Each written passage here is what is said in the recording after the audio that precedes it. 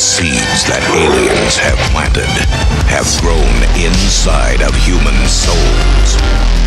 No, it doesn't sound dangerous, sounds fun.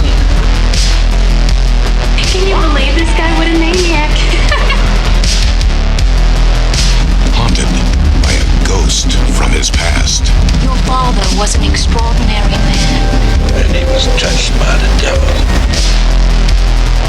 The entire town of Pahuta is tuned to Superstation 66. Please, this stuff's killing me. Question is, are you one of them? That will enslave the earth. First I was alive, and then I was dead. We practice black magic. A disc jockey from outer space is about to change the frequency to total terror. Love potions. This is the creature I saw in the room with her, Heidi. We can't be sure about anyone anymore. Netherworld. This is my father's estate?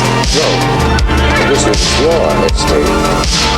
Father, he wants me to revive him. A one-way trip to another galaxy. Seedpeople, the root of all evil. Tempted by power. You want to bring your father back today, don't you? Aliens are using my voice to aim the machinery. Bad channels. Aroused by his darkest fantasies. I'll chop you to pieces. I will be able to rise up from the grips of death and return to the world of the living. I have unleashed a terrible thing on the world. She was the most explicitly sexual creature I had ever experienced. Turn off your radios, people. They're doing it again.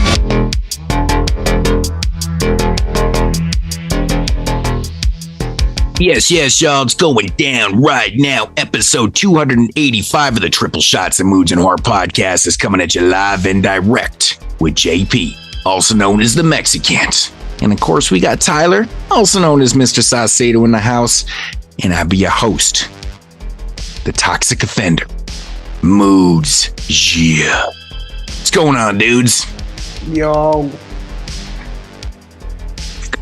Oh, yeah. You guys are all quiet because Canada won the Four Nations. I know you successfully avoided being East Alaska for now. Yeah, but I mean that was a good game. It was a good game. Yeah, it's gonna be tough for USA to win 2 of those. Dude, you know what is so crazy about that overtime, man? Like, dude, but they should have won. Like, dude, USA was fucking flying in overtime, bro. Like, Austin Matthews had like 3 different amazing opportunities that he could not fucking. I'm not doubting the fact that the US could have that the outcome of that game could have been completely the polar opposite in US winning, but Biddington literally made 4 of the best saves of the entire tournament in about a 5-minute span and saved the game. Matthews, go figure, got robbed twice to win the game, and then go figure, Marner with the fucking feed to McDavid puts it in. I was like, are you kidding? It was just like as soon as I saw, I love that picture though. Isn't that fucking wild that Marner did that again? Like, fuck, man. I love the picture though of them shaking hands in line, and like Matthews is just deadpan, like dead inside, dead fishing Marner as he's trying to shake his hand. Dude. I just wonder what like their conversation was last night. You know, they're playing hockey and they're playing again tonight, but like, you know, they go back to the same team. I guess it would have been Marner, Matthews, and Nylander, but Nylander was kind of on the outskirts on that one. But like, what's that conversation like between Marner and Matthews? You know, like, Kate, we need to coincide tonight. We're on the same line. Just after all that shit went down, it's pretty crazy. But yeah, like all in all, I don't want to spend a whole lot of time on it, but it was a really good tournament. Great. I mean, it was like literally the best thing for American hockey and hockey fans. I mean, legitimately of all time. It was the highest. It was the highest rated. It was the highest rated game in American history. Highest viewed game of all time in America was that game, Canada versus US. Yeah. I literally was like seeing people who weren't even like ever talking about hockey, talking about it, which was cool, man, because it was like, I think everybody sort of collectively was like, wow, man, other sports all-star breaks suck. Yeah, well, I mean, it was kind of funny, right? Because the weekend before was the NBA, and the NBA all-star festivities are just trash bags. Like, they're shitty now, man. Like, they're terrible. The NHL was kind of going, like, they kept changing it up every single year, trying something that was potentially going to be a little bit better or work or whatever. And then they came up with this idea. And I think from the consensus now is this is the new format. And this was also just kind of a prototype year. So they're planning on expanding it to 8 teams next year, right? Which is probably getting... That would be Wait, I don't even know if you could... How do you do 8 teams? Well, you have to bring Russia back. No, easily. Russia will be in there, Slovakia, Czech, and probably Germany too, right? Like, I mean, these are all teams that are part of the Olympics. Germany's got good players. I don't know how many they have, though. Yeah, that's what I was worried about, is like the depth. No, honestly, Germany, man, like, they have a lot of players playing in the European leagues that are, you know, they're playing over there because they choose to also. Oh, so are we able to play with those guys too? I'm assuming... That'd be really cool. Maybe they're just going to do the NHL. I have no idea. But when it comes to Russia, there's so many players that don't exist in the NHL anymore because of the whole Russian thing. So it's pretty interesting. But these nations do have a lot of depth. Like, you'd be surprised with which Slovakia and Czech Republic and stuff, even in the NHL, is pretty crazy. So I think it'll be pretty interesting to do it. But like I said, it was a prototype year to see how it was going to go over with the fans missing the All-Star. Let's try something new. But I think, like I said, the consensus was this was literally some of the best hockey people had ever witnessed. And, you know, when it came down to the actual overall numbers, and this game being the most viewed game in American history, kind of puts it in perspective a little bit, considering the Americans have won the Stanley Cup for the last 30 years. And none of those games was the last time was Montreal. Montreal was the last Canadian team to bring the cup to Canada. So it's been 30 years of Americans winning. And apparently, like, those Stanley Cup games in the States, not even half the views, not even a quarter of the views. Yeah, crazy. Yeah. Well, I think I hope that this, like, you know, launches hockey into a more, like, I mean, I think that even from the time I was a kid to now, it's vastly more popular. Yeah, I mean, I was always I've seen the growth to it because I was always so involved in hockey over any other sport. Mm-hmm. I mean, I've seen the growth immensely over the years. Like, the appeal of, like I said, ever since the American, you know, they kind of adopted a lot of the Canadian, you know, trainings and all that type of stuff. Like, you know, it elevated it to the point where, like, hey, man, we can do this too. And I'm glad, because it becomes such a huge thing. And, you know, it's created so many good players over the years that probably wouldn't have had these chances without, you know, without these kind of these, you know, formats that, you know, Canada had and stuff like that. So big ups, man. Big ups to the States for incorporating that and creating players like, you know, Matthews and shit. So when I was a kid, I would go to a couple times over the summer. I went to like a hockey training camp, and it was run by someone who was a professional skating coach for the Atlanta Thrashers at the time. Yeah. Right. So, but I think when you look at how people feel about other all-star type games, whether it's like in the NFL or the NBA, I guess baseball has like one of the, like, I guess second coolest at this point. But don't they play for home field advantage? Well, yeah, baseball's all-star game is the only game in professional sports that actually has any meaning. And they do, because they changed it because that one year where C-League called the game and there was a fucking tie, and people are like, why are we playing this baseball game if we're just going to tie? Because we all know there's no ties in baseball. So there's a huge backlash, not only from the players, but the owners and the fans, most importantly. We're like, this is fucking bullshit. Like, we're big time big ball players. Why are we tying? This is stupid. So they immediately went to the tables and said, hey, if we're going to have this all-star festivities, let's actually make it worth something. So, you know, the American League versus the National League, whoever wins that actually wins home field advantage in the World Series. I'm like, oh my God. But then then became actually quite exciting to watch, because the players out there were actually playing fucking hard. It was pretty fun to watch. You're like, holy shit, this should change the dynamic of this fun game, quote unquote, to like, yeah, we need to win this shit. It's pretty cool. And we all know why the players and the leagues don't like incentivize it. It's because if you get injured, you can ruin your season. You know what I mean? But I just love so much how these hockey players did not give a fuck. No, they play for your. They played just like overrides everything. They played. They all knew, like, yeah, I could get injured. This could ruin my entire season. Don't care. Still gonna play my hardest. They were playing for countries. They understood what the outcome could be. If they got hurt. And look at Kachuk, man. He missed basically almost half the game in that final game. He missed the last 3 minutes of the second, and he missed all of the third, and he didn't play in overtime either. So, and it's undisclosed, and he didn't play on Saturday night, so he's fucking hurt. And there's like 4 players that are now like dealing with injuries after the tournament. Yeah, Morrissey's out too. I know he didn't play for Canada in that final game. He was hurt. But Matthew Tkachuk is super hurt when he's not playing because he played in the Stanley Cup final with a broken sternum. Yeah, literally. He literally had a broken sternum and played through it. That is so hardcore. I love at the end of you hear at the end of the season this person was dealing with this injury during the Cup finals. You're like, it's like this guy's on the IR in basketball with a hangnail. You're right. Load management, that's what it is. Right, he has a black and blue toenail. It's like, oh my god, come on, man. Yeah, I stubbed my toe. Yeah, it's stupid. Yeah, but no, it was a great tournament, and I missed the first game, and but I got that first US Canada game was great. Honestly, all the games were good. They were all even good. the Canada. It looked like a blowout, their game against Finland. That game got interesting at the end, dude. Mm-hmm. Yeah, that was the game I didn't get to watch because it was televised. It was so early. It was 10 o'clock in the morning here. And of course I was working. So when I got home, I watched the highlights and stuff. And I was like, oh, god damn, that thing got really interesting in the third period. They pulled their goalie, it was 4-1. They scored twice. I'm like, what the fuck just happened? It was crazy. So, Crosby delivered a nasty hit for an assist goal in the to steal the game. Yeah, it was crazy. That was awesome. But yeah, shout out Crosby. Pretty cool, man. Yeah, he's the oldest player there.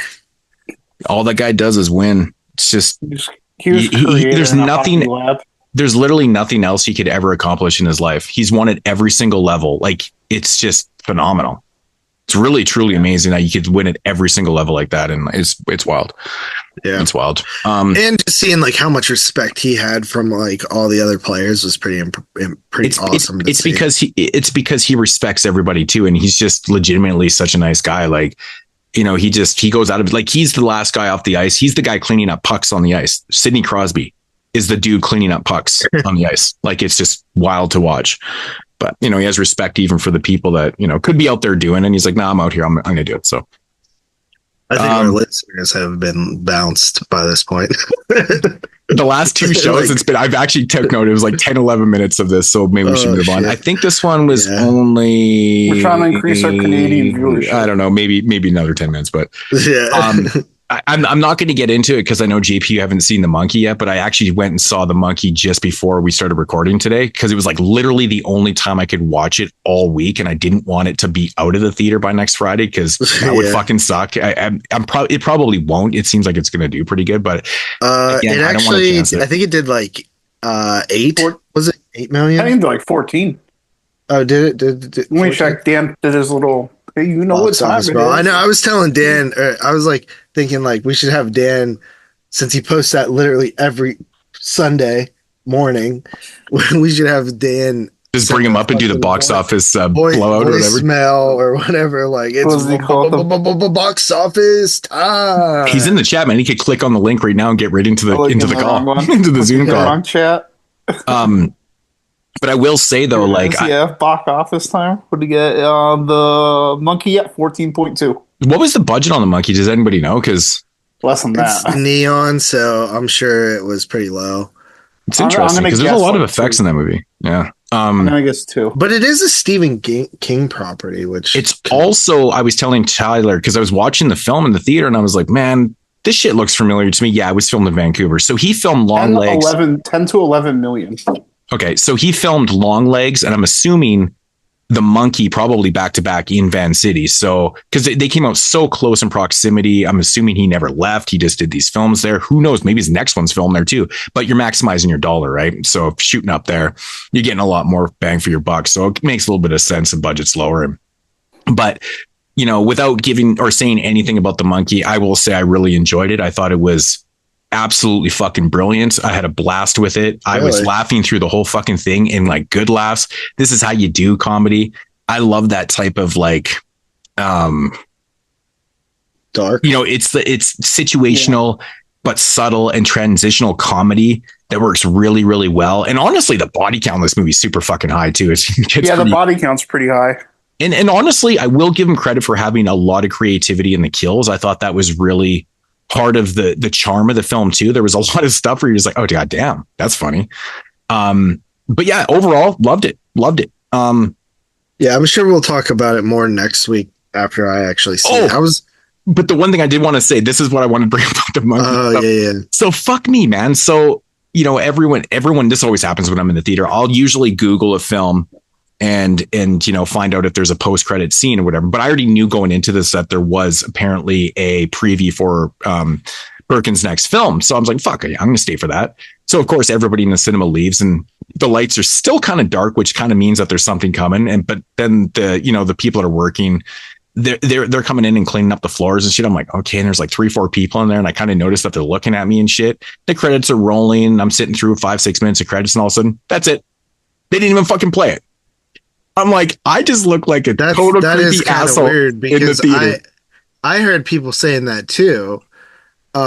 Tyler, you said they didn't show it at yours, or I didn't. I left. Stay? I just didn't even care. Do you not stay?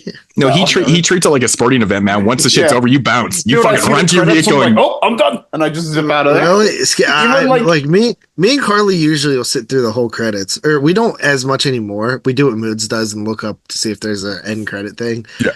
But back in the day, we always used to sit through the whole credits. Yeah. Yeah, because you didn't know or not. Like it just. Well, the thing is, at least I never thought to look.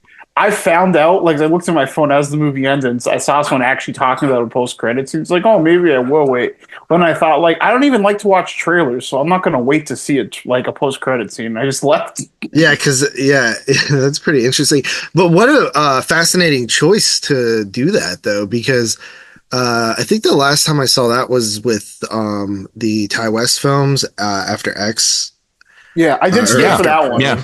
After Pearl, rather. I can't remember. Yeah, I've seen it. No, they did it on both. I've seen it a couple times over my lifespan of cinema experiences. Like I always talk about the time when I saw Back to the Future 2 in the theater, which would have been 1990.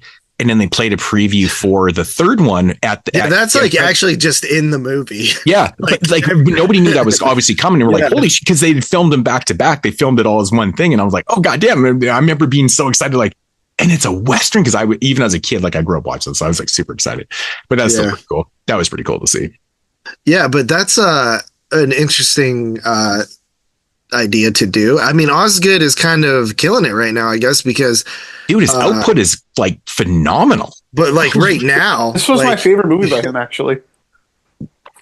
Really? Yeah, honestly, I'm not huge on any of his movies, but this was the first one I was like, it's a completely different thing than he's done before, and it just worked for me better. I realized that I don't even own The Black Coat's Daughter. I need to pick up a copy of that. I remember watching it when it came out and liking it. It was one of those, it's an IFC release and they're considered imports here. So they're super fucking expensive. So it's still like $30 and I'm like, this is ridiculous. So I never picked it up. I like that movie. Like, I think it's good. That would be my second favorite for him, but it was one of those movies I heard about after everybody had seen it and everybody was like blowing it. And when I finally watched it, I was like, it was good, but I wasn't like blown away by it. And I have tried it a couple times since then. It's not like it's just that one viewing. So now after seeing all of his movies, like I said, I need to refresh my memory on Black Coat's Daughter. I'm sure I'll probably appreciate it more now. But like this one, the Pretty Little Thing or whatever the hell that movie's called. I haven't seen that one. That Pretty Thing that was in the wall. That's my least favorite out of the 5 movies that he's done so far. That's what I was going to say. That's my least favorite as well. I mean, this one is up there if I was to make a ranking right now, but I really, honestly, dude, I like Hansel and Gretel too, man. Like a lot of people, I think we're kind of indifferent on it. I was a little disappointed in it just because I kind of expected like a little bit more out of it. But I think if I rewatch it, I'd probably enjoy it a little bit more now. Yeah, I don't know what it was about. I think it was more the atmosphere and just like the whole tone of it just had me kind of on edge. It was just really, and you know me, I like movies like that. So, but I can see the appeal of it not being everyone's kind of favorite. So, yeah. But I really do need to refresh on the Black Coat's daughter thing. But that's pretty cool. Like 5 for 5. It sounds like for Osgood, which is pretty cool. And I think that it would be interesting to do like a tournament of like the more modern directors, like Osgood and Peele and Eggers, and then even like the other ones. What's the dude that did Men? What's your cutoff? That girl that did. I think you would probably go like 20. Like you had to at least debut, or the majority maybe from this millennium, like from 2000 post, like say the last. Nah, I think that's a different era. I think you almost have to do like 2010 and beyond. I know it has changed. It's totally. It has changed quite a lot. You had the Rob Zombies and the Eli Roths and the like Takashi. Well, I guess Takashi, like Ty West, but Ty West is still going pretty strong though. Like it's Ty West. I would maybe squeeze Ty West into the modern, because the majority of his filmography came out like more recent than, because he only had The Innkeeper. That was what, 2010? The Innkeepers? 2011. Yeah. So you really only had Roost and Cabin Fever 2, if you even count that, in the early 2000s. Yeah, that one's kind of that's almost like a cheat film. We all know he did it, but it wasn't his film, the end product. Like it's kind of, yeah. So I mean, yeah, I get what you're saying. But that would be like a cool March Madness episode or something, to do like a little bracket and sort of discuss them. And I wouldn't want to separate male and female directors, because there's so many female directors right now that are killing it. Like, what's the girl's name? I would put the females right in there with the men. Yeah, I don't look at it as a gender thing at all. Like, I know a lot of people are like, oh, a female directed this. I'm like, fuck, shut up, man. Who cares, man? It's the end product that really fucking matters. As long as they're not making bullshit like, Black Christmas fucking remake. So you got the girl Julia DeCorno. You got Kara Corley Fargelois. Rose Glass, maybe. Yeah, there's definitely like 3 or 4 you could put. Yeah, there's some really good. Yeah, right. And then you probably have a good like 15, 16, maybe even more, 20 modern directors. Oh yeah, you could put in there. So what would you have to? How many movies would you have to have made to class? Because if you've only made 1 or 2, like, do you actually 2? Really? If you're doing a like modern director list, I mean, most people have like 5 is a lot. What about as a percentage though? Because you have someone like, well, I guess now he's doing the American Psycho remake, so that kind of throws me. I was going to say Luca Guadagnino. What's he done? He did the Suspiria remake and he did Bones and All, but he's made like 8 movies. See, I think those 2 movies is enough to talk about. Well, now that he's doing American Psycho remake also. Yeah. Because it's not, you're not talking about Craven or Carpenter who directed 20 movies. Like most people of the modern era, like, yeah, you might have a Ty West who has like 9 or something. I don't even know how many he has. But like Yorgos Lanthimos, he's made like 1 horror movie and like 7 movies. I like when it count. Yeah, maybe. I mean, if you're doing a cutoff of like 2010 after, like, you are dismissing a lot of, like, I even think of guys like Alexander Aja as like being more of a modern director too. But I think I do agree with you, but I also think that he was like in his own era, like that I think there's been like 3 eras, right? Like the classics. Yeah, because Hot Tension was what, 2003? 2003. Yeah. Right. So I think you have like the era of like the classics, Argento, Fulci, blah, blah, blah, Carpenter, Craven, like the masters of horror, if you will. And then I think once you hit like the 2000s, maybe like late 90s, you have like the modern directors, right? Like you have the Eli Roth and the fucking, the Rob Zombies and those guys, the Adam Greens, the Splat Pack guys. So does Flanagan fall into the modern, or is that a little bit before that? I would consider Flanagan modern. Yeah, he'd be modern, I think, because what was Absence? Yeah, Absence was 2011. Yeah. Is that his first film? Is it in 11? Yeah. Is it? Yeah, 2011, and then he did the one with the mirror, Oculus. And then Ouija 2 is in there. Right. Doctor Sleep. Hush. Yep. The other Stephen King one. It's weird. I feel like you have a group of directors. Flanagan would have a good chance at taking the whole thing. Really, I think Flanagan by numbers probably wins the 2010s because somebody that doesn't do specifically horror films, but I think all his movies are kind of like genre related and they're all kind of unique in their own ways. Is Ben Wheatley. That dude's films, man. I'm a big fan of that guy, man. Everything he does, I seem to really enjoy. His humor is fucked up. It's super fucked up. It's weird. You don't really have a 50s, 60s era, I think, but there really is a 30s, 40s era of directors. Yeah. So really, realistically, this is the fourth or fifth era. 50s and 60s, you almost put Hitchcock in the lead of its own. Yeah, because I think of 30s and 40s, it's easy to go all right, James Whale, Jacques Tourneur, William Castle. You put Polanski in with the Hitchcock era, probably. Yeah, and it's it's a little bit later though. I guess it's about both him and Hitchcock. I think what's kind of funny is they definitely made some objective horror movies, but I don't think they were trying to make horror movies. They're trying to make movies I think that Alfred Hitchcock. Well, I think Psycho. Psycho and the Birds. I think he was I'm making a horror film. Yeah, those ones I would agree with. Yeah. Oh, of course. Yeah. Yeah, those are pretty hard to. But he was putting horrific things in his movies, even in the 40s. But it would be, wouldn't it be cool to sort of? I think if you do that, you have each of us get a vote. You do a bracket, right? Like a March Madness thing. Each of us get a vote, and then the listeners get a vote. Their combined vote is one vote. You know what I mean? And then Well, how many directors did you do? 16? Yeah. There's no way you're doing.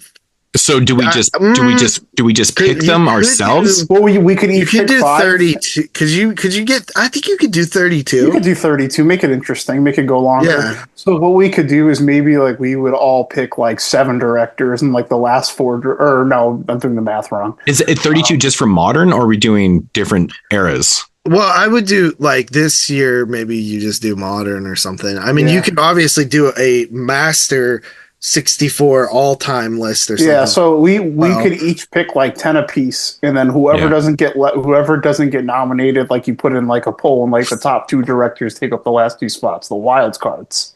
Because I do feel the 50s and there is quite a bit 60s and 70s. There's a ton of directors that are pretty prevalent, man. If you go over to England and stuff, guys like Terrence Fisher, man. Terrence Fisher's made a ton of great films, man. You got Bob. There's a lot of Italian directors that are pretty prevalent from the mid-60s, 70s. That's what you're right too about going internationally too. There's a lot of directors that made a lot of horror movies internationally that just aren't really that popular. I mean, where do you throw Roger Corman in? Because Roger Corman was the 50s and 60s. I mean, he became more of a producer. Most of his movies, so the 50s, 60s, 50s and 60s, right? That was him. He kind of owned that era. Herschel Gordon Lewis in that era as well. Yeah. But Jack Arnold. I mean, obviously doing a full big one would be awesome too, but with all directors, that gets me nostalgic for when we did the episode 200 with all of our directors. That was really fun to look at filmographies from directors.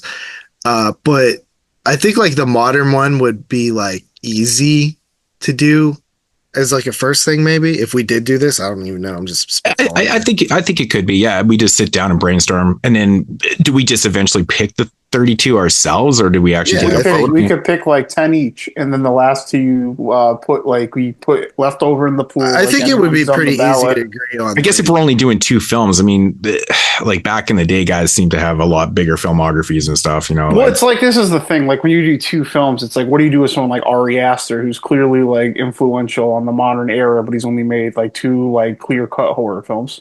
Yeah. Right. Yeah. You can the Lighthouse and but if 2 is the cutoff, then he makes the cut. Well, if you look at percentages too, you could cheat Beau Was Afraid in there, I did. Yeah. Like I would have a lot harder time with, the throwback ones. Cause like I said, you go on international, man, you start factoring Italian directors and British directors, like, guys like even Franco, like Freddie Francis, man, fucking, and it just goes on and on. Obviously, Fulci. It just goes on and on. You would have to do 64, like you would have to do a big. But that era though itself, like Freddie Francis and Terrence Fit, like two of my favorites, man. I love those guys. So yeah. I mean, at the end of the day, like I think that, and also like when you do like, if we were to do like the Masters of Horror stuff, like you kind of know who's gonna win that. It's probably gonna be Carpenter. If you had Carpenter or but you could be surprised. But like the modern one, I don't know, man. There's like it can come. I would say Craven and Cronenberg will be like dark horses in that. It would probably be one of those four though. Actually, maybe it would be a good idea because Dave is so in tune and he loves his modern horror. He's always talking about like the modern. Yeah, just kind of because then you would have 4 votes, which could even, and then you would have the listeners as a vote, which would make it uneven, so that there would be a winner. Yeah, like he even said today, like Perkins is one of his favorite modern directors. So there you go. Yeah. Davesy's probably the most knowledgeable on modern stuff out of all the people that I know. Yeah, I don't think it's he's most interested. I think he's more vocal about it though too. Like we talk about modern directors. Yeah, but he's definitely the most, like he pretty much likes modern horror more than like any other era. Yeah. Like where we're like, you give me a film from the 50s and shit like that, and it's like, nah, fuck that. Yeah, it's like that's the stuff like just because I've seen. I naturally see more modern horror than anything else just from, watching movies that come out every year that I'm more interested in. Well, of course, because the output now is fucking stupid. Like you could, if you could watch 500 films just from 2025, probably but yeah, he's always the first person I think of when I think like modern stuff. Yeah. Cause he's always going hard about it and stuff like that too. But that could be some idea for March, for like March Madness or something. I've always wanted to do like a March Madness thing on the show. Actually, that's fucking brilliant because, but it's so close. Like March is like a week away. I guess we could do it toward maybe in a few. Well, because I think actual March Madness starts towards the end of March. Or does it? No, it's like all month. It's like because they got like. You got 64 teams down to 32, Sweet 16, Elite 8, Final 4. Like it goes on for fucking ever, man. It's crazy. Nah, the 18th, like mid-March. Whatever. Maybe it is mid. I don't know. It always seems like it's longer, but maybe it is. We could do too. Like we could just go in like in order, just like naming one director at a time, and that could be the seeding. Right.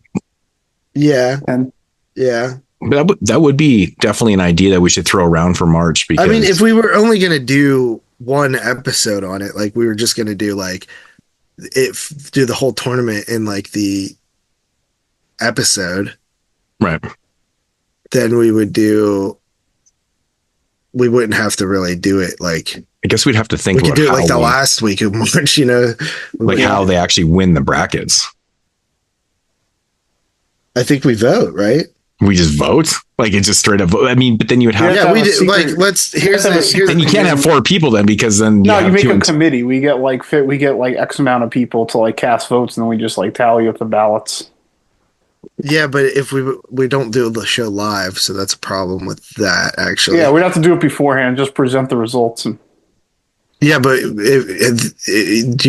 how would you tell the second round? You know what I mean? You would just start with the first one and be like, in the victory. I know, but if we're doing it, if you did it all in one show, how would you do that? Yeah, you would have to do multiple recordings then. Yeah, you'd have just all the results beforehand. We'd have to run the tournament like secretly, basically, and then just. Oh, I see what you're saying. Yeah. I get what you're saying. Yeah. So, like, let's say like we had a committee of like 15 people or 20 people. I don't know, however many that. Yeah, but that kind of takes fun away from the debate part. It does. Though. It does. Absolutely. Yeah. So maybe we would need 5 people. Yeah, you need uneven because it has to be a winning vote. You can't have 4 people. Yeah, I think 5 would be good. Yeah.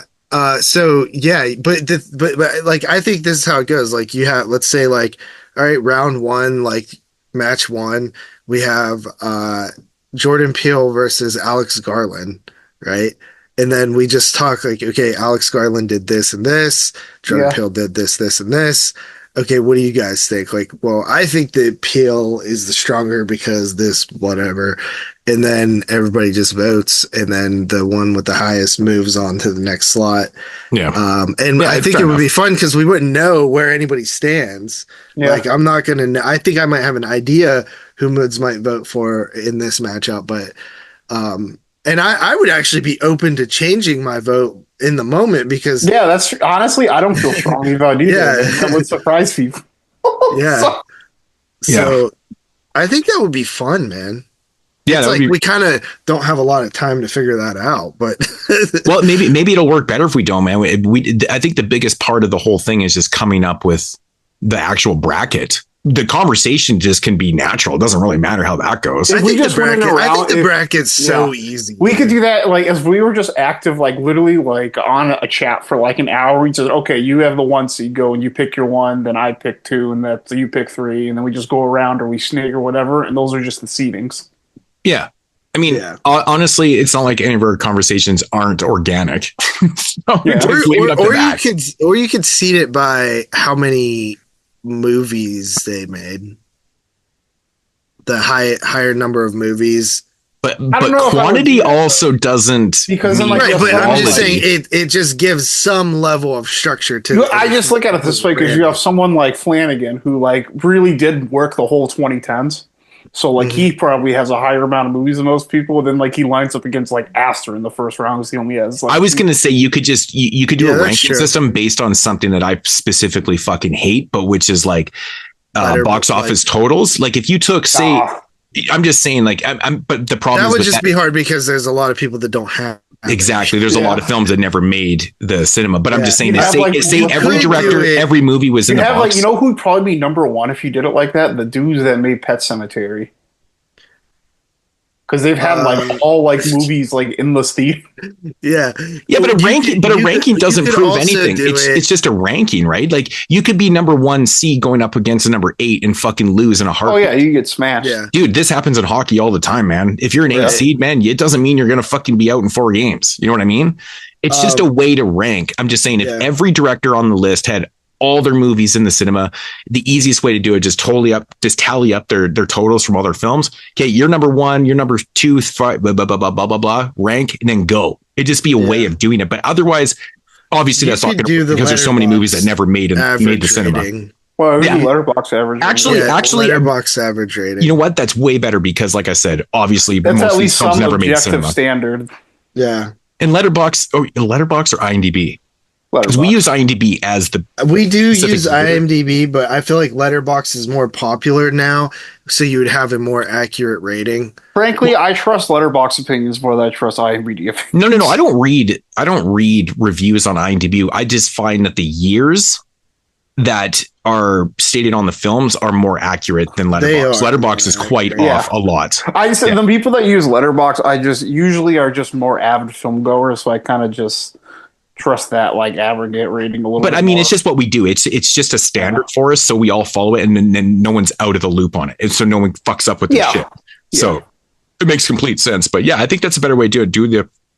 Take a filmography, do a ranking of. I mean, it's kind of unfair for somebody that has 9 films and maybe 4 stinkers. They got like 4 out of 10 or something like that, and then you got one person that has 3 and they have like. But if they're in the 3 tournament, if they can win, it doesn't matter. Exactly. I'm just saying for the ranking, if people give a fuck about a ranking, but really it doesn't matter. All you and like going back to sports analogy, it doesn't matter what rank you are. You just have to make the playoffs, right? Yeah. So if you're in the bracket, you're in the playoffs. You can win. So all good, man. All good. Actually, speaking of Argento, I was reading on Bloody Disgusting that the Italians, I'm not sure what company it is, but they are developing a Phenomena TV series. Yeah, I saw that yesterday too. That. Yeah, that's wild. I was like, that is so fucking wild. Apparently, it's very similar to the narrative from the 85 film. So I'm like, oh, that's pretty interesting. Obviously stretched out into like a TV series. So that would be there's a lot of background characters in that movie, so you could definitely just develop them more. Yeah.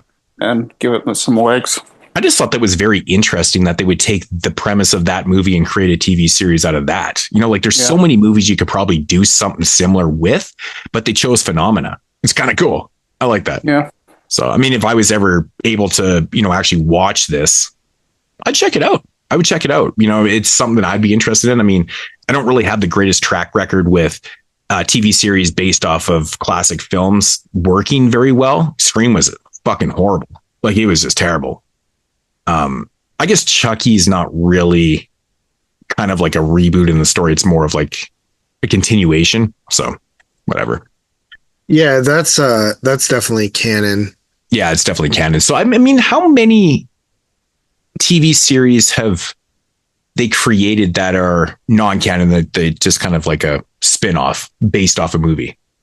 I mean, if it's actually based off a movie, fucking not based, but like just using a name. Like there was Scream, which was its own storyline. Friday the 13th, Child's Play.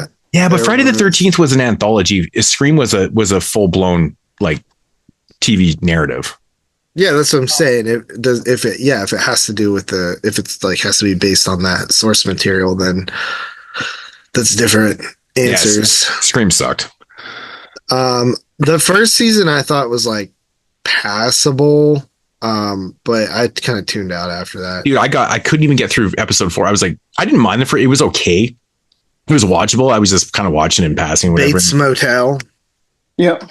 Bates Motel is more of obviously like a prequel series, right, to the movie. Oh, there's a Rosemary's Baby series we talked about a few weeks ago. Bates Motel is legitimately good though. That was a mini series though.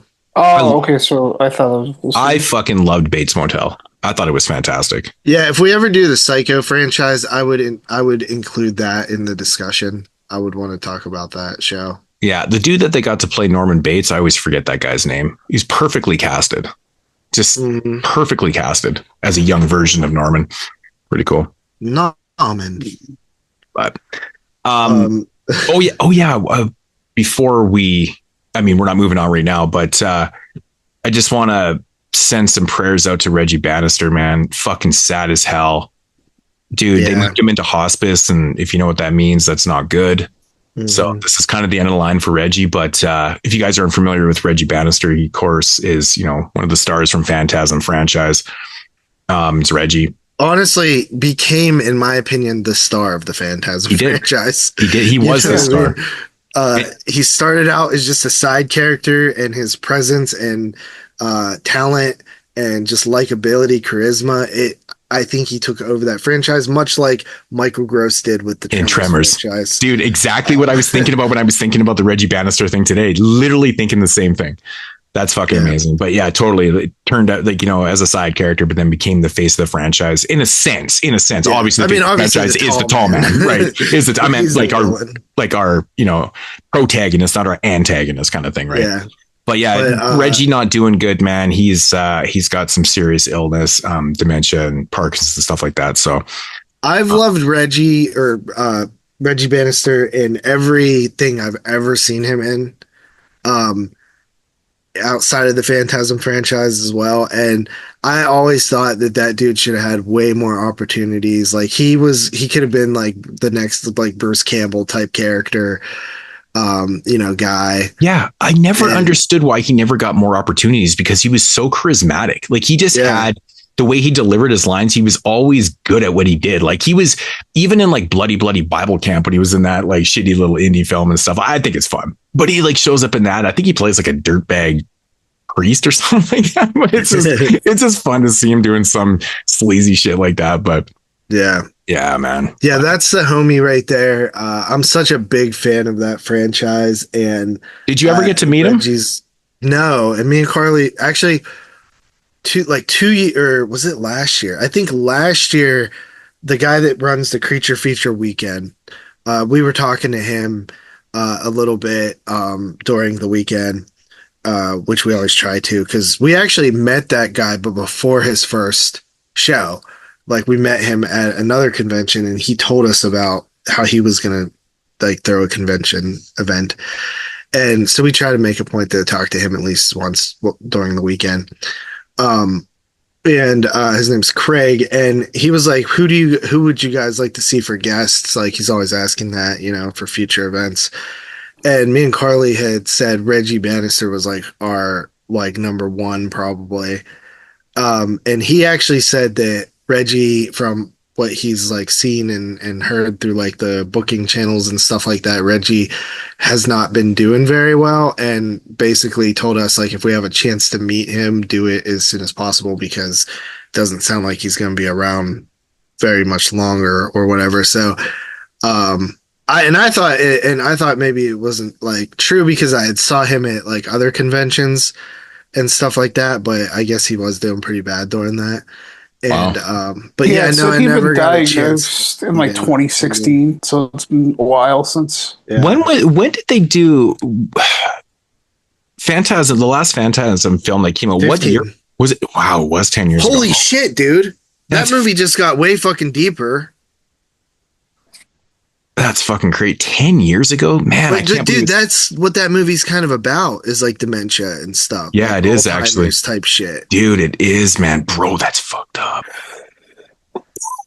And wow. And that was like a year before. And he wouldn't have had it. Yeah. Yeah. Wow, he's headed for that. Well, that's crazy, man. Wow. Yeah, it said really in like the post that's going around, like he got diagnosed, I think 2016. Yeah. Wow, dude, that's really fucked up to get diagnosed the year after you have that in your narrative and shit like that.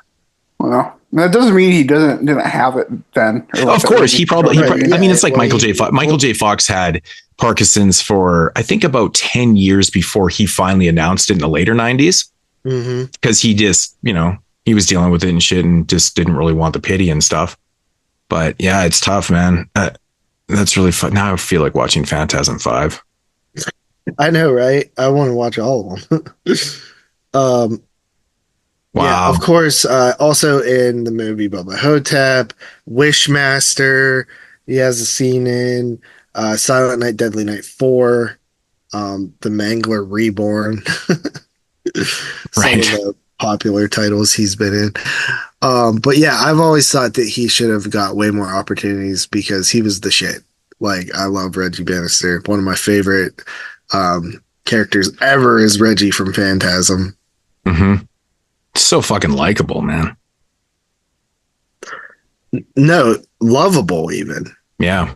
Like, he's a lovable character because he's like a kind of a goof, always like has these like he always is batting above his or punching above his weight class with like the women, the sexy women that he runs into, Well, yeah, like in part 3, man, when he's got it going on and shit, like he's the player in that one, man. Like he makes Phantasm 3 big time. Yeah.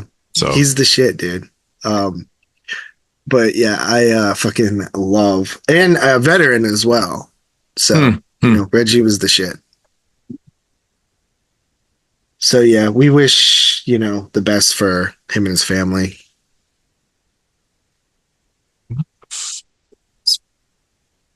Yeah, 100%, man. It's fucking sad. You never want people to go through that shit, but no, it's tough, man. So yeah, but I'd seen those 2 news pieces too, and I'm curious to see what. Hold on. Lost your train of thought there. Well, there's one other thing that I wanted to talk about, but I lost it. Well, I mean, before you gather your minds here, I just wanted to give a shout out to Rossella Drudi. She was Claudio Frograsco's wife. She passed away. I was reading a thing on her and I was like, I didn't really recognize the name a lot, but a lot of times they didn't really credit her with the writing, but she was responsible for writing, like she was like a co-writer with Claudio Fragasso, like on every film that he wrote. And if you're familiar with Fragasso, this guy wrote like a fucking million Italian films. Like it's fucking crazy. So yeah, she passed away this week, actually 61. I don't know what she passed away of. Doesn't really matter, but yeah, I just thought that was really interesting. This article was kind of eye-opening that she just didn't get the credit that she was actually doing. So, but. Oh, here's what it was. I'm sorry. The Bloody Disgusting did a article with the monkey coming out this year or this week. They did a Untapped Terrors edition of Stephen King's short stories. So short stories ripe for a film adaptation. These are their picks. We'll see if you guys read any of these. I Am the Doorway from the Night Shift collection. Yeah, I read this book, but I don't remember what the story is. It's funny. I was even watching The Monkey today, and I can't remember if the story The Monkey is comedic like the movie. I literally couldn't remember the story. It's fucked up. I read Night Shift, all the short stories I've read, years and years ago. I've read all of his anthology books except for the new one that just came out. There's just so many stories, dude. I can't remember them all. Tony said that I talked to Tony about it. He said that there are two brothers and there is a monkey that does what it does in the movie, but other than that, there's not really any similarities. I'm assuming it probably isn't written comedic considering the time Stephen King wrote it. Yeah. So it probably wasn't. I don't feel like he really wrote I think he had things in there that maybe make you chuckle in books sometimes, but I don't really feel like he wrote anything overtly. Yeah, comedic. He didn't really do comedy, No, he never really did, man. He would dabble into drama and other things, but never straight comedic. But that's why I just think it's really interesting because Perkins up to this point was very serious with his movies for the most part. Yeah, that's why I think it just worked for me better. It made it clear at the beginning, this is going to be a fun movie. It's not going to be feel like this is Perkins having fun with his filmmaking. I can do something a little bit different because his first four ventures were pretty. Long Legs, I guess in theory, kind of has a couple moments where you probably chuckle. Maybe it's unintentionally funny, or maybe it's supposed to be. I'm not 100% sure, but definitely his previous efforts before that were 100% serious tone movies. There's no comedic elements whatsoever. Different tone for sure. Oh, this one is streamlined. I love it though because it's not that slapstick fucking I don't know. The comedy just works for me, man. It toes right off the edge where I would still call it dark comedy rather than a horror, a comedy horror. It's situational. It's not a lot of physical. It's situational. It's a lot of transitional comedy too. Those quick little edits. It's fun. It's fun shit like that. Sarcastic comedy. Yeah. So. I'm surprised that nobody did I Am the Doorway. It actually sounds quite interesting. Dude, there's a ton of stories that we always talk obviously the full length novel Doom McKee, which I think would make a great adaptation, but there is a lot of stories in Just After Sunset. I think there's a couple stories in there that I was I can't believe these haven't been adapted, but who knows, man. There's one that comes right to mind. That's a pretty modern one. So I'm curious to see if it comes up. Okay. The next one is a story that I have read. It's called Two Talented Bastards. Does it have the anthologies? Because I cannot remember where these are from. And if I can put the name of the story this is one you probably have not read because it's from the newest anthology. Okay, yeah. It is from You Like It Darker, which has the sequel story to Cujo in there as well. Right. Okay. I do have the book. I just picked it up for the wife, so... I read it. The first story is the Two Talented Bastards, and it was actually pretty cool. I think it would work better for an anthology show episode than a feature length film. But it's basically about these two dudes who got really successful in life out of nowhere, basically, and they never talked about why until they're on their deathbeds, and then they sort of tell the story of what happened in their lives that caused this amazing success. It's them confessing, basically. Sort of. Probably dirty. But yeah, so it was pretty cool. I liked it. After that, we have Mrs. Todd's Shortcut, which is from Skeleton Crew. Absolutely. I never read that one. That's where the monkey comes from. So, do you remember the story at all? Nope. don't remember it at all. Okay. Then we have The Man in the Black Suit. Fuck, man, I'm even forgetting these titles, dude. It's been so long since I've read them. Oh, okay. This one is from Everything's Eventual. I read this book. Okay, so this one has quite a few short stories in it, and I felt like when I was reading this book that if you took a bunch of these stories, you could make a great anthology movie. That's how, because some of the stories are quite short. I feel like there's 20 stories in this book or whatever. I might be over exaggerating that, but I really enjoyed this book, man. There was a lot of good stories in it. Really. Yeah, I read this one. I think I know which one this is. Yeah, it's the one with the white cover. It's like a white book. Yeah, I mean this story. I'm pretty sure I even know what this story is. Yeah, I would have to revamp. Like it wasn't too long because that book came out probably in the early 2010s. No, it came out earlier. You're so off. The first time I saw that book, I was actually in grade school, and there was like some random girl on my bus reading it. And Everything's Eventual came out in 2002. Holy fuck! Yeah, it had to have came out. It was like right after the Stephen King accident. Oh, you know what? I didn't read it until the early because I read it when it would have been the later 2000s because I was at the airport when I read that. So yeah, I didn't read it for years after it came out. So that's when I read it. Yeah. I was thinking that it probably came out around that time, but no, it didn't. So the basic premise is a young boy recounts his encounter with the devil while fishing. So like stuff like that is right up my alley from the very beginning. I love all his stories like that, which also, is kind of like the story Two Talented Bastards a little bit, but not quite, similar. So yeah, that's that one. Then they have the Gingerbread Girl from Just After Sunset. Right. Collection. Yeah, that's a good story. That's a good story. Because I think Just After Midnight or Sunset only does that one have a bunch of shorts, or am I thinking of the other one? No, Full Dark No Stars only has like 4 stories in it, right? Yeah, I'm most familiar with. I think every story in Full Dark No Stars has gotten adapted. Nope. Really? I'm so familiar with that novel because that's like the first one I bought with my own money, and I've read it like multiple times, so I know that book. I just feel like I'm an arm's reach away from totally knowing. Like I have all my books sitting right in front of me. I'm looking at them right now, and I just can't. I'll tell you what's not in there if it doesn't pop up on this list. I'm just curious to see if it ends. Because there's 4 stories in that book, and 3 of them have been adapted. 1922. Big Driver and A Good Marriage. I know have been adapted. What's the 4th? There's 5 stories. Oh, there's 5. Okay, so there's 5. I couldn't remember if there's 4 or 5. 1922. Big Driver. Mm-hmm. Good Marriage. Maybe there is only 4. Yeah, I don't remember the Fair Extension is the 4th. Big Driver takes place in my city.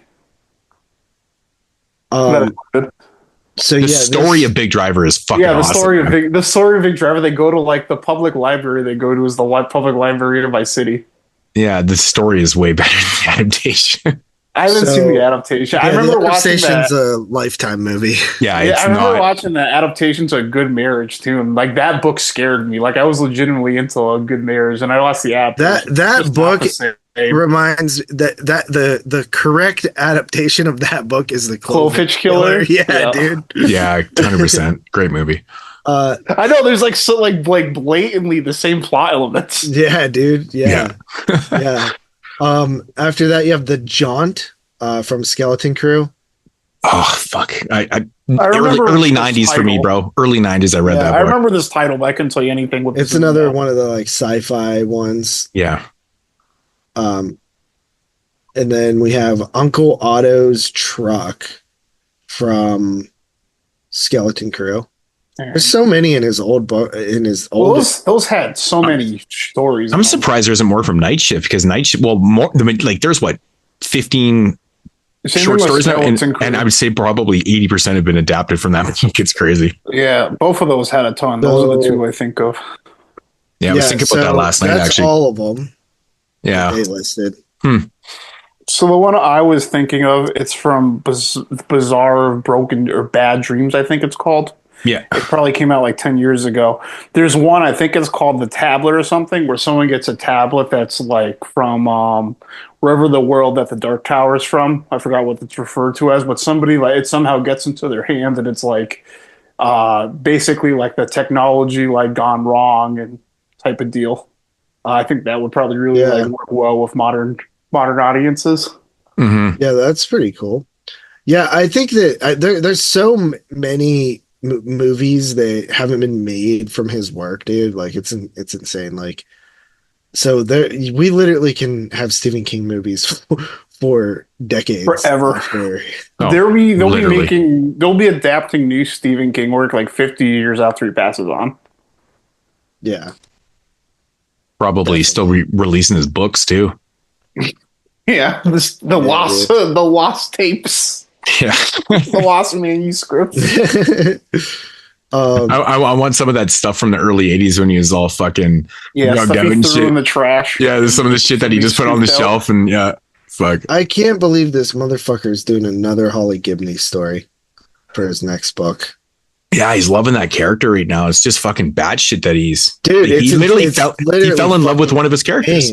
He fell in love with one of his characters. Yeah. But yeah, I the last collection he did was pretty good. With the You Like It Darker. I enjoyed it. Mm-hmm. I really like the collections. They're always a lot of fun. Did you read Fairy Tale? Yeah, I love that book. That's probably one of my favorite Stephen King novels. Period. That's it's a fantasy novel. Yeah, basically. But yeah, I would probably say like my favorite book of his is It. It's hard not to pick It. I know it's like the cheap answer that everybody picks, but like I fucking love It. It's a great novel. And under that, I would probably say 11/22/63. Yeah, it's actually one I don't have. I never read that one. I've said a million times. And that's a sci-fi. Yeah, that's the one about like JFK, like the JFK assassination. That's assassination. Yeah, it's like about a dude who figures out that he can go back in time through like basically just knowing some dude who's dying who had been going back in time. Right. And he's trying to see what would happen if they stopped the JFK assassination. And most of the story is him just making sure that Lee Harvey Oswald is actually the guy who did it, because there's obviously all that like conspiracy out there. So and then but the thing is, you could, when you go back in time, it's only specifically like 1960 like January or something, 1960. So he has to wait there for 3 years. That sucks. To get to it. So he has to create a life, but he falls in love during that time too. I would exploit the future so bad. Oh my God. Well, that's the dude been taking hamburger from the 1960s and bringing it through the portal, and he's paying 23 cents for it, and then he's selling it for $1. No, you can't. You can't fucking alter shit, man. Look what happens in Back to the Future too. But it's right. Where that's the concept of the book too. Yeah. Which is like what would happen. But it is fucking awesome. It's a great novel. I actually was thinking about re-listening to it. Because I enjoyed it so much. And even the miniseries from Hulu is really good. I have that on DVD. You know what? I actually picked that up from my buddy's shop. I actually have it on Blu-ray, so I should maybe read it first. Yeah, I would read it first. It's one of those books where you start and like it's tough to like put down. Like you just really want to see where it goes. But yeah, that's probably like my second favorite novel, which isn't even a horror novel. But yeah, I would love to see I know Fairy Tale is getting adapted. That's probably like a top 5 for me. I tend to like a lot of the modern stuff lately. Yeah, the wife just finished that. She just brought it down. Yeah, Fairy Tale is really cool. It's just a neat story that really captured my sort of imagination. Did you guys fucking hear they're doing Goonies 2 for real? Yeah, we talked about this. Did we talk about that last show? I don't know. My memory sucks. Okay. I think honestly, like one of my favorite books that actually has an adaptation is I love the Needful Things book, because the way I pictured it was just so fucking crazy. I just loved it. It was so cool the way it was described and everything. The movie, I haven't read that one yet. I still want to check out the 3-hour cut of the movie. It's like a TV cut or whatever.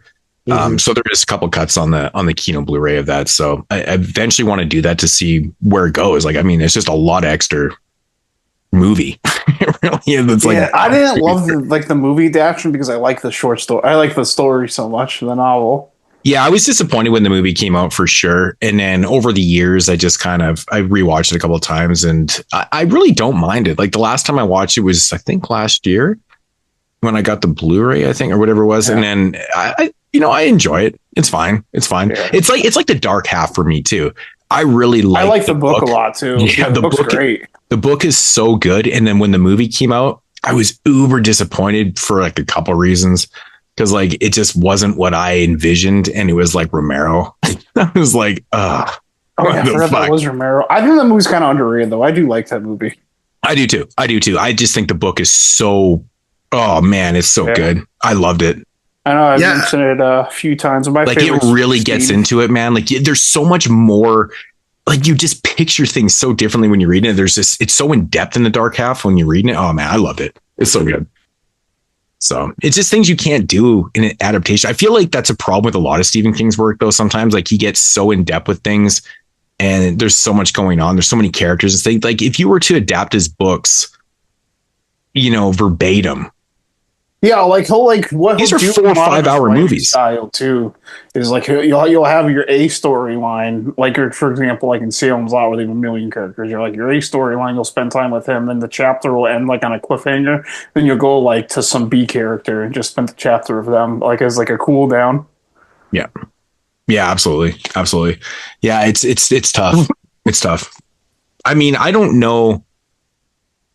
I mean, how many adaptations would you say movie adaptations of his work are better than the novels? I'm not talking about endings because, even Stephen King says the missed ending is better than his ending in the short story for sure. I mean, it's honestly, it's a fucking soul crusher. It's amazing. It's so amazing. Yeah. I tend to like the Pet Sematary movie a lot more than the novel. Really? Yeah, and I know that's one of the best ones. I also think the Carrie movie is better than the novel. I gotta go back and I read Carrie so long. Actually, the wife just read it. She just finished it too. So, I can't remember what she said because she read the book and then we rewatched the movie. I can't remember if she liked the book or the movie more. Fuck. Well, that sucks. Gerald's Game is better than the novel. I read 80%. Remember my bookmark incident? I'm watching the movie going, I don't remember the end of this shit, man. Yeah, because I never finished it.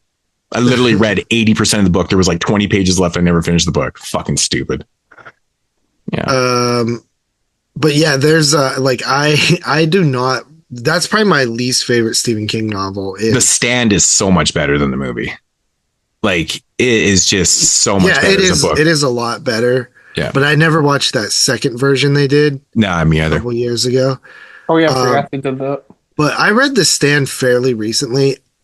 The Tommyknockers is a way better book too. It's just really long. The Tommyknockers is a long read. So, yeah. Plus, the Tommyknockers was made in the 90s TV, the elongated TV format kind of thing, and it's the Langoliers also was from that era. Yeah, those things just the budgets they weren't. I honestly, I wish those things hadn't really come in because it kind of you picture those things, and you're like, oh my god, dude, they're so cheap. They're just so cheap compared to the material that is coming from. I don't know, it just doesn't work for me. But yeah, the Graveyard Shift movie is better than the short story. Yeah, it's quite different too, from what I can remember. Right. I think it's a little bit different. Yeah, it's a little different. The ending's different for sure. Yeah. I probably like the Cujo movie more than the book, but I don't even like the Cujo movie. I like the book better than the movie. The movie is frustrating to me because I love Dee Wallace with a passion, but the movie is literally one of those it's tedious to watch a little bit because it all takes place in a vehicle. It's suspense, but it's like an hour and a half of the same shit. Mm-hmm. It's I feel like in a book, it's a little bit different though. The book also is way darker. Oh shit! A24 is doing Fairy Tale. That is wild. Oh wow, crazy. There was another one that I really liked from that not a lot of people talk about.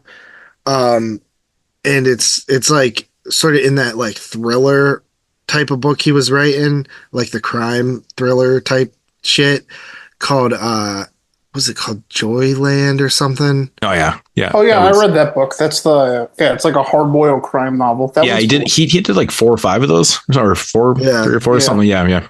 This is like his second one, I think. Yeah, I love that one. I thought it was just like a great setting and like it's an amusement. She goes to an amusement park, right? Something like that.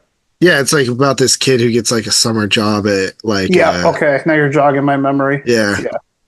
And there's like a legend of some girl being murdered in the like haunted house ride or whatever. But yeah, it was. I really like that one because of like the setting and like he kind of nailed the like 70s time period like in the like writing. But yeah, there's so many, like it's insane how many Stephen King things there are, and we get new ones every single year. It feels like have we really had any years in the modern era where there hasn't been Stephen King shit? I feel like there's always something. There's got to be something, especially now with like how popular just like streaming service adaptions are. There's always just going to be Stephen King material to pick up. Yeah. But it's always so funny to see which ones get adapted for like instead. Like Mr. Harrigan's Phone. Like that was a really fun story to read, but it was kind of fucking like I look at it and I'm like, that wouldn't be like a movie. You know what I mean? Like that wouldn't be like a good movie. Right. But I mean, I guess the Lawnmower Man's a bad example because the book and the movie like have absolutely zero similarities. Yeah, but that was from the If It Bleeds collection of titles, and I was kind of surprised to see that one out of all of them get adapted. That's the only one that's been adapted from that collection.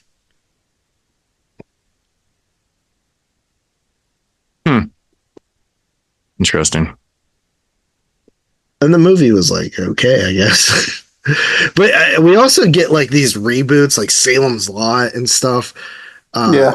Which is just weird sometimes. Well, those ones are more popular just properties, and so it's gonna like Salem's Lot is always just gonna hold weight. That's just one of his most popular books. Well, Salem's Lot's been done a couple times now. Yeah, yeah. There was the Rob Lowe remake. Mm-hmm. Yeah. So at least I think we're getting like a new Carrie thing from Flanagan. Yeah, that's another thing. Like that's another big one, and I'm actually really excited for that Welcome to Derry TV series, dude. Do Carrie. He is doing Carrie, bro. He is. Fuck, is it a remake or is it like a sequel to something? It's a TV series or a mini series. Oh, another mini series. Yeah, that seems to be like a big popular thing, man. Just do these adaptations into TV series or short mini series or whatever. I guess that's what sells. I don't know. Well, it's all that streaming shit, man. Yeah. Like Flanagan's series have been greatly successful. But like, what else are you going to do with Carrie? I mean, we've already seen the movie fully adapted 3 times, and there's a sequel. There's like 4 of them. I mean, yeah. So you're just going to take the source material and elongate it into 4 to 8 hours. Is that really something that we need to see? No, it's definitely not something we need, but I do trust Flanagan right now to do something. Really. Maybe take the concept of Carrie and just do something completely fucking different. I think if you could manage to make it like really dark and make the abuse like very serious and like rough, I think that it could be like you could make a more powerful adaptation. Yeah. Yeah, I mean, I don't know. We'll see what Flanagan does. I think it's Flanagan, right? I ever since Tyler's been on the show and has bad fact check skills, it makes me nervous. Paranoid. Did I say anything? He's someone in the chair that just listens and says like, Tyler's wrong again. Please correct that. Right. Ah, shit. Whatever. You have like a fucking full moon list this week or something? You know what's actually really funny? If you type in top 10 best full moon movies, like there's really not a lot of lists, but I actually did click on one website here. It's from Joe Blow. So this is probably trash, but I haven't gone through it, but I had another list, but there was like 8 films on it. I'm like, you can't even make a top 10 list. You're only going to make a list with 8 movies on there. I'm like, that's super lame. Super lame. I'm like, there's a million full moon movies. Like, I don't know if these people are just not fans or just don't know. They only have 8 on the list. On the like first website that I clicked on, there was only 8. I was like, okay, there's so like 100 full moon movies. Dude, there's so many, dude. It's ridiculous. I'm like, and there's definitely more than 8 good ones. Come on. There's probably been 8 that came out this year already. Probably. Yeah, the output in the last few years is great. I mean, the movies are like 60 minutes a piece, so they just pump them out. So this list, I don't even know if it's even in list form. It doesn't really say top 10 or anything, but it says it's from JoeBlow.com and it just says best full moon movies. So I don't know how many is on this list or what's going to come up or whatever. So the first one, I gotta scroll down here. All right. So at number whatever, Trancers 3. Death Lives from 92. It's actually from 92. So it's really Trancers 3 is that good, huh? I've only seen one. Trancers 3. I don't mind Trancers 3. It's okay. It's okay. So next on the list is Dr. Mordred from 1992. Wow. Damn. That's interesting. Should watch that one. Damn it. Right. It was actually the very first movie I watched for 92, actually. Well, rewatched. I've seen it before. The very first movie I watched was fucking Seedpeople. Wow. Yeah, because Jeffrey Combs is in the movie. So next on the list is Subspecies from 91. Okay. Subspecies. Now we're getting like a top 8. Yeah, Subspecies is good. Okay, next is Castle Freak from 95. All right. Sounds like a top also another great one. Yeah, it's another good one. What the fuck? All right, so next up is The Dead Hate the Living from 2000. Absolutely not. No, this movie's not that good. Oh my God, the next one. I heard you guys discussing this era of full moon today, or saw or read or whatever. I guess I couldn't hear the chat, but you know what I mean? The Ginger Dead Man from 2005. Oh, come on. That's ridiculous. Next up is Puppet Master 3, Toulon's Revenge from 91. Okay, this list is questionable because that is going to be most people's number 1, I would say. That movie's actually legit pretty good. Yeah. Pretty fucking good. So after that is Demonic Toys from 1992. Dude, Demonic Toys is not better than Puppet Master 3. I don't know if these are ranked or anything, but whatever. I don't think it's better than Subspecies or Castle Freak either. No, I don't think these are ranked. I think it's a fine top 8er. It's a list. Next up is Hideous from 1997. Oh, get the fuck out of here. That movie's fun. Belong on the list. I don't know what that movie it's is. Okay. It's decent. Yeah, Blood Dolls from 1999. This one's pretty fun. I like this one. I like Blood Dolls. Yeah, it's okay. And that's the entire list. Okay, so they missed out on a lot of good ones. I think Killjoy 3 and 4 are worth mentioning. For sure. Yeah, Pit in the Pendulum, bro. Pit in the Pendulum is actually, in my opinion, might even be better than the original one. Yeah, like that's actually like a banger of a full moon movie. Like one of their best. Yeah, it's good. Yeah, I mean, this is really weird that I can't find any good list for this. Very strange. I guess we'll have to make one day. Does Tourist Trap not count? No, that's Empire. That would be like Empire. Okay, so I didn't know that was Empire. Here's the movie web list. The best full moon feature movies ranked, and there's 8. So, Head of the Family from 1996, which is stupid fun. It's stupid fun. I like Head of the Family, but I'm not sure I would consider it top 8. Puppet Master number 7 from 89. Number 6 is Subspecies. There better be 2 more Puppet Masters after that because number 6 is Subspecies from 91, which I love. Subspecies, man. It has such a great aesthetic to it. Like filming in Romania, all these films feel so awesome. Yeah, for sure. Oh wow. Number 5 is Dark Angel The Ascent from 1994. I've actually That's not bad. I don't think I've ever seen this movie, to be honest. I think you didn't watch it for 94? I'm not sure I did. I can't remember. I might have. I can't remember. I don't own it, I don't think. Maybe I do. I don't know. Yeah, I liked it. I can't remember. Number 4 is Puppet Master 3. Of course, Toulon's Revenge. Number 3 is The Pit and the Pendulum, 91. Okay, this is way better. Number 2 is Castle Freak from 95, which is pretty cool. And wow, number 1 is Trancers from 1984. That's not a bad list, man. I actually like Trancers a lot. I think it's actually a really well made movie, and it's an early, like, I mean, obviously I think it's more Empire, right? Or 84. No. Trancers? Did it come on in 84? It says 84 on this, but like, I mean, that's when Empire. Maybe. Trancers would not be Full Moon. No, it's not. It's not, because Full Moon features or pictures, whatever it was, started in 89 with Puppet Master. Empire was before that. Everything before that. So yeah. Yeah. So you're right. Yeah. The official start of Full Moon is 89 was Puppet Master was the first film. Yeah. So I think that, like, when I think of my favorite Full Moon movies, I think you got to put like that run of early 90s ones, 91 specifically. You got Dollman, Pit and the Pendulum, Puppet Master 3, Subspecies, Trancers 2. Like, that's a good run for them. And then I think that you have, like, Puppet Master 3 is so solid. Then I think you have, like, the stuff, and if you're going to look at, like, the later stuff, I think that, like, Lurking Fear's decent. I like Oblivion's decent. Hideous and the Creeps are decent. Head of the Family. I like Arcade. I think Arcade's pretty cool. Arcade. I like the Witch House movies enough. I really like Oblivion from like 94. That one's pretty fun. Oblivion's decent.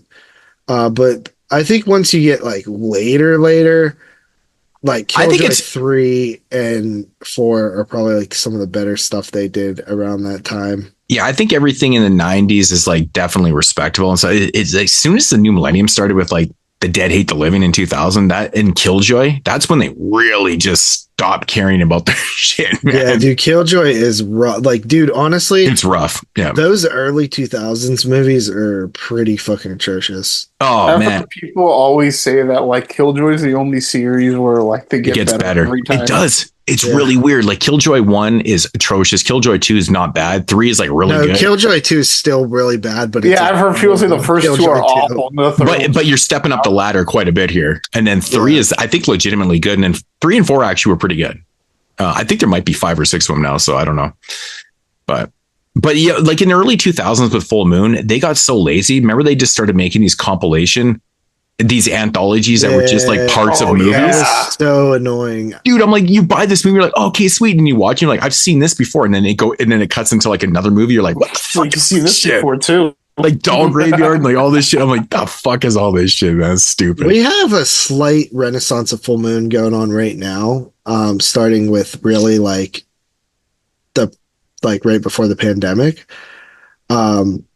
Which now we got the new Subspecies, which I actually heard wasn't too bad. Subspecies 5 is legit, man. It's good.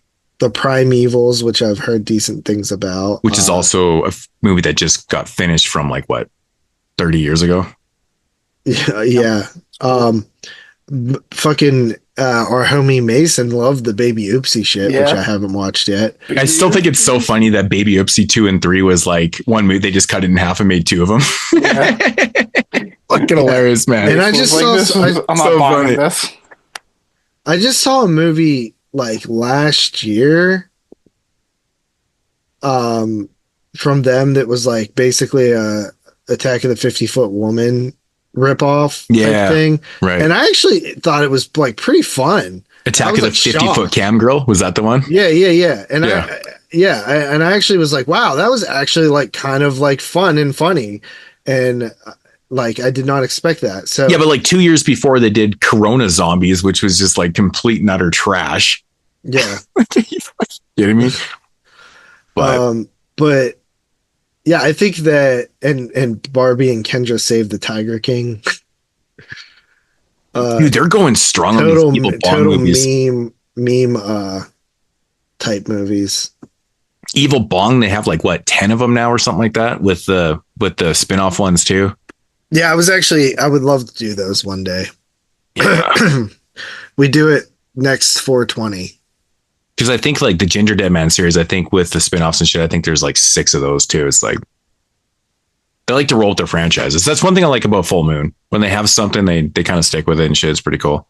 Yeah, plus they just released the Ginger Dead Man box set in like a cookie tin, which was kind of cool. Yeah, we got to get on some of these we got to fill up that Hall of Pain.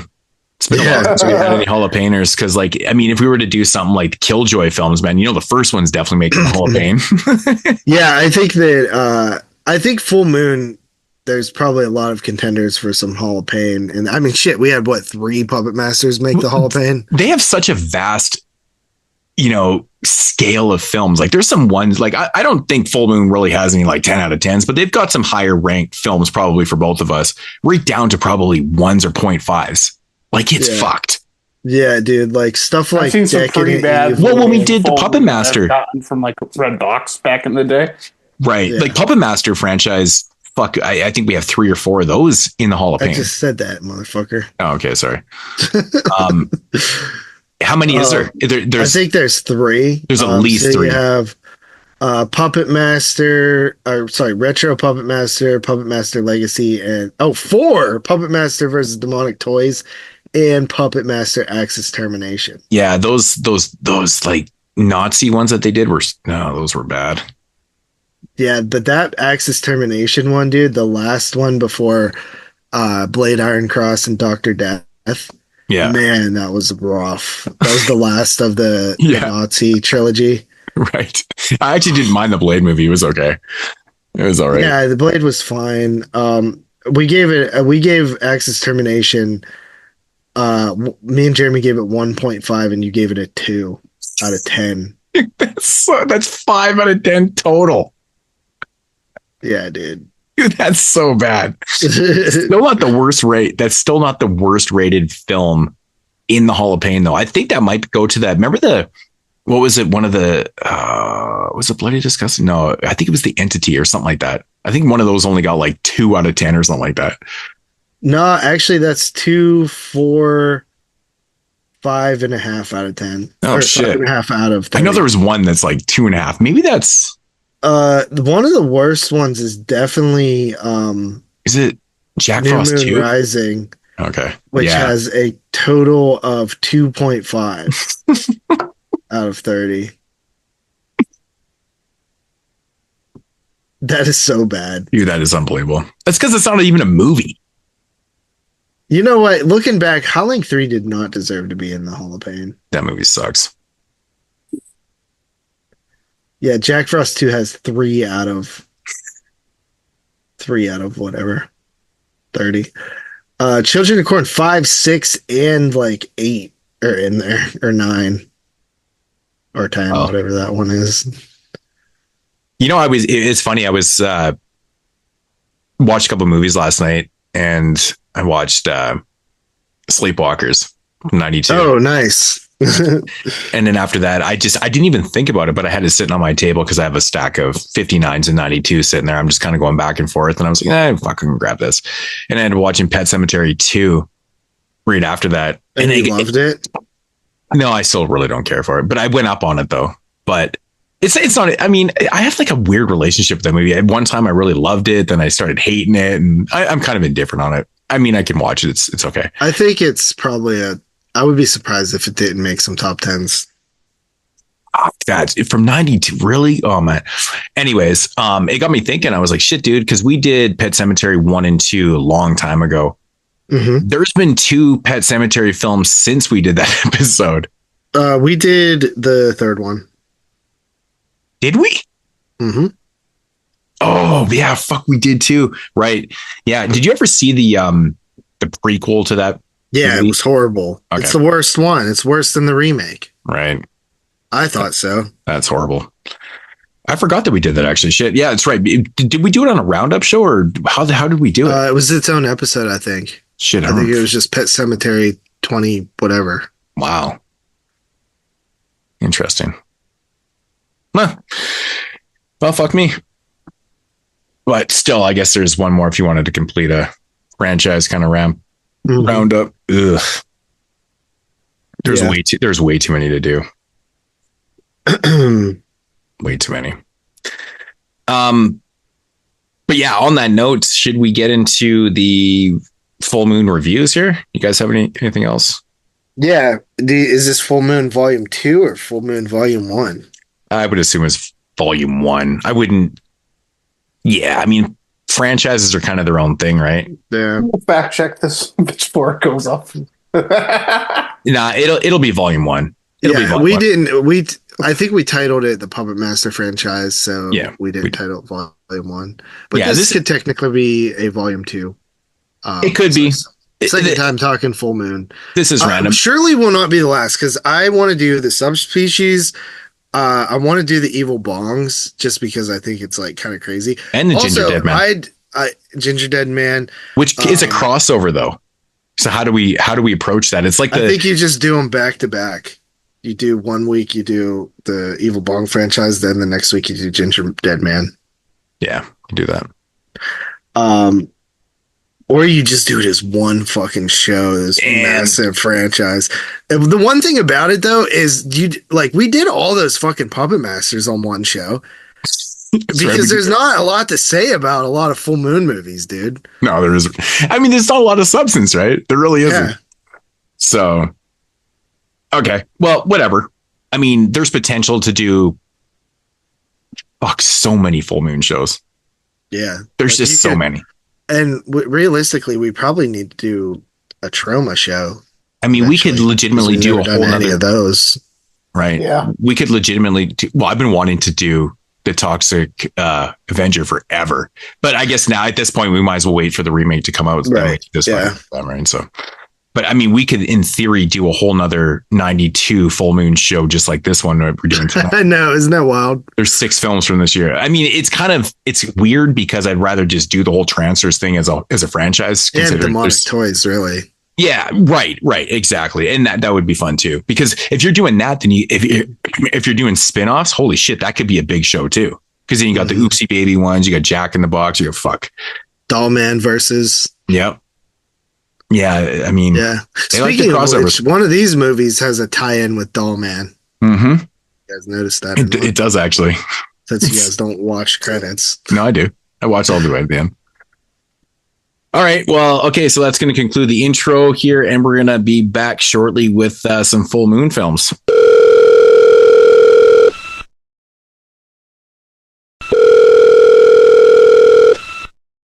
Yo, who this? Yo, Moodz, it's your boy, the ill-mannered funky child, calling you to remind you that the featured reviews on this episode contain spoilers. Aw, yeah, man, that's right, brother. Thanks for the heads up, playa. Now go back to being an unproductive asshole. Fuck you. I tell your listeners to stop being so dumb, silly, sensitive. Yeah. And now, our feature presentation. All right, so getting into the featured reviews here on episode 285, Full Moon Volume 1 or 2, however you're playing it. I'm sure we'll probably title it Volume 1. We're going to, take it back to 1992. I guess I don't have to say that 3 times. This is pretty obvious why we're doing this show here. It's killing 2 birds with 1 stone, which is something that we like to do here at the 22 Shots Collective. If you are just tuning in for the first time, yes, we do have a top 10 in 1992 show coming in a few months. So yeah, this is why we're doing these. Plus we like some Full Moon. So we're going to start with Netherworld from 1992. And the reason why I'm going to start with this one is because I actually looked up the release dates of these films. And this is the first one that came out from these 3 in 92. So yeah, so we're just going to start with Netherworld, of course, directed by David Schmoller. Who is probably, I would assume, probably most famous for directing Puppet Master in 89. But yep, I'm pretty familiar with Tourist Trap also, right? With Tourist Trap from 79, which is, I personally think that movie is so good. I love that movie. It's creepy. It's great. He also did The Seduction in 82, which I think is an okay film, but he's the absolute infamous film from 1986, Crawl Space with Klaus Kinski. I mean, the stories behind that movie are so fucking infamous. Even Charlie Band wrote about it in his book about how Klaus Kinski actually tried to kill David Schmoller during the set, like during filming. He literally had a knife and tried to kill him because they were butting heads so much. It's a great story. So Charlie Band had to come down to the set one day and like basically stop Kinski from killing him. And it's fucking wild. It's pretty wild shit. He also did Catacombs from 88. And then after he did Netherworld 92, Schmoller kind of like really didn't do a whole lot for me until I think he did one of the later Puppet Master. Yeah, 2018 did one of the Puppet Master movies, and that's pretty much it. So, but yeah, I know he's done definitely some good work with Full Moon. Yeah, love me some Tourist Trap though. But getting into a synopsis here, a young man arrives at his father's mansion in Louisiana to discover that a secretive cult is using winged creatures to raise the dead to do their bidding. Yeah, that's about what happens. I mean, it's kind of accurate, but at the same time, not fully accurate, I guess, really. Yeah. I mean, those things are happening, but it's not really what's happening in the film. That storyline's kind of inaccurate. So Netherworld, have you guys ever seen this one before? Nope. Never seen it? JP, you never saw this one? Nope. So you were mentioning earlier that you got into Full Moon like in the later 90s, right? So you kind of missed earlier 90s stuff. So I didn't actually, it was actually not even the later 90s. So I saw Puppet Master as a kid. And I saw like I would rent the Puppet Master movies all the time. And I want to say that I've maybe seen like Head of the Family. Yeah. So it wasn't until I started getting into like YouTube. So Evil Bong, me and my friends literally bought like FYE on DVD when I was like, whenever it came out, 2005, however old I was. And we bought like the next two as they came out. So I was familiar with those. But then once I started getting into like YouTube, one of the most collector friendly things at the time was Full Moon, because they would have these like Valentine's Day sales where like all their DVDs would be like $5 each. So I just started picking up a bunch of like Full Moon DVDs and like going through like the stuff that I hadn't seen and the current stuff coming out, and kind of developed a love for Full Moon at that time. Yeah, that was one thing about Full Moon DVDs is that, yeah, like back in the day, Band used to have pretty good sales on the website and ship. Even though the shipping for me was just complete, even back then was shitty. But like you could get Full Moon stuff, I think, for you guys at like the Dollar Generals and stuff like that, and like they had it all over. Oh yeah, that was really cool. That was one of the most exciting time, because like this was at a time period I just started collecting, like 2000. Remember those box sets for like super cheap? Remember the 3-packs, like Witch House? I've always had like a basically like collection, but I didn't really start thinking like, oh, I'm going to collect movies until I found YouTube and saw that other people have these like big movie collections and stuff. This was before I started making videos. And then right around when I started making videos, Full Moon did some kind of deal with Dollar General, and they started getting like all their titles in there all the time. And the box sets, like Evil Bong, the first 3 were out at the time. Mm-hmm. The Witch House, the Killjoy. Like I bought all these box sets at Dollar General's for $5, and they would be on the Full Moon website for $40. Yeah. So it was just like insane. So a lot of the titles that I picked up too were during that era where I would see them in Dollar General's and just pick up all these different movies. Mm-hmm. But I will say something, bro. Good Lord, is it like a good thing that Full Moon has went to Blu-ray? Because dude, some of these fucking DVDs, dude, are atrocious. So I watched this one on Blu-ray. I do have the DVD. And I upgraded to Blu-ray. So I watched the other two actually on DVD, and the DVDs were fine. They were completely fine. I heard that a lot of these transfers, somebody was actually mentioning that they tried to watch, I can't remember if it was Seedpeople or some other film on there. It might have been. Oh no, it was Bad Channels. It was on my Instagram. Yeah. JP mentioned that. If you don't have if they don't have an HD print, dude, they look like garbage even on streaming. Like even on like Full Moon streaming. That's crazy because Bad Channels, I watched my DVD and it was completely vile. Like, I mean, I have way worse. Really? The DVD was completely crazy. It's clear. It was clear because as hell. even like the other, like totally clear. Almost all the DVDs I have from Full Moon look like ass.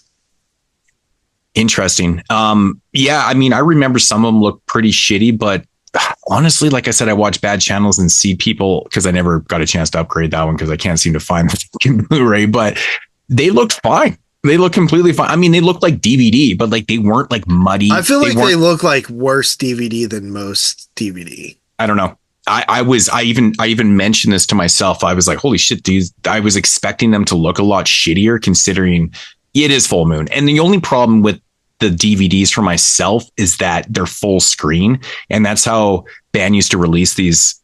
I don't know why. Because they're filmed in widescreen. I have no idea why he would release them in full screen for that format, or just not, or maybe not have both the versions, the 4.3 or the 1.85 or whatever, maybe 16:9. But because these were like video titles, right? I guess so most people not have widescreen TVs. I mean, these DVDs were coming out when everybody was buying flat screens and stuff like that. Like this is like, later than 2005 kind of thing. So it is interesting that they would be released on full screen. It is weird because the format that it was going to, and Ban's usually pretty up on that shit. You think that they would have a version like remember like back in the day DVDs would give you the choice. You could either watch it in full screen or in widescreen. Oh yeah, I remember. Yeah, that. And dude, like, why did he do that for these releases? Like they're all in 4:3, which made no sense for 2006 or 7, whenever these were 5 or whatever, because nobody had two TVs. Nobody was watching shit in 4:3 anymore. It was all widescreen formats. So I would be a dumbass with those menus, and I would pick full screen because my entire family still doesn't understand that like full screen is bad. Like they get mad when they see those bars, and they just don't understand that. They're like, why can't they just make it like, you know what I mean? And to this, so like if you're not like a film fan, so they need like a 16:9 where the whole widescreen is filled. So if it is 1.85 to 1, whatever it is, and you got the bars, I mean, some of that format is real, like the shit that you're seeing on that. People think that you're losing, but you're actually gaining. It's weird. It's like a misconception of the formats, right? Yeah. So yeah, it's weird. It is weird. It took me a while to even understand it when I was a kid. Like I didn't. If you actually want to understand, look up screenshots of things, and then you see like a 4.3 shot of the same scene, and you see like a 16:9 or 1.85 to 1 or whatever. You'll see the picture is just incredibly wide.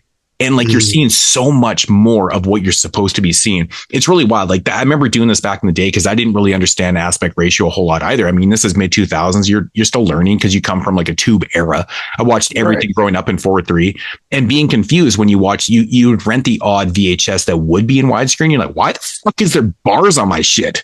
Like you were so confused, right? Because your brain doesn't process the fact that it's actually, you're seeing more of the picture with 4:3. You're actually cutting off those ends, right?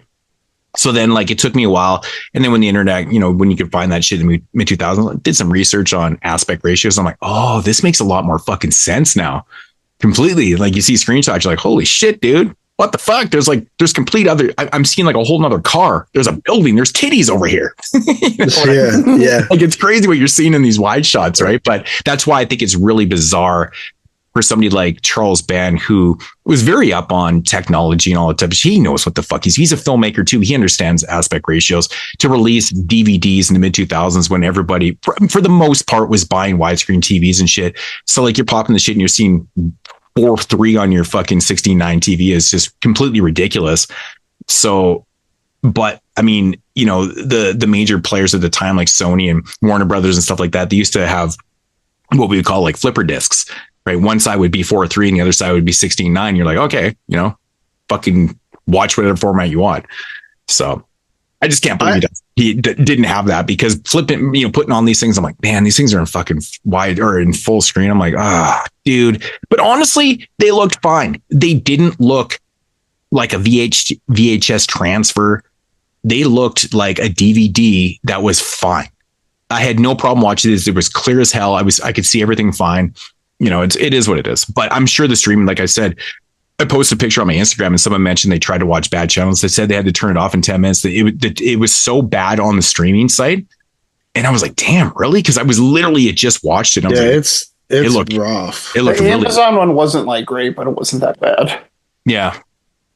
And it just would get like, it would get like laggy almost. And they're 4:3 too, right? Because they're not actually bad channels doesn't have a Blu-ray yet, but Seedpeople does. And I actually clicked on the Seedpeople streaming on Tubi just to see if it was in widescreen, because I'd rather prefer watching widescreen. Why not, right?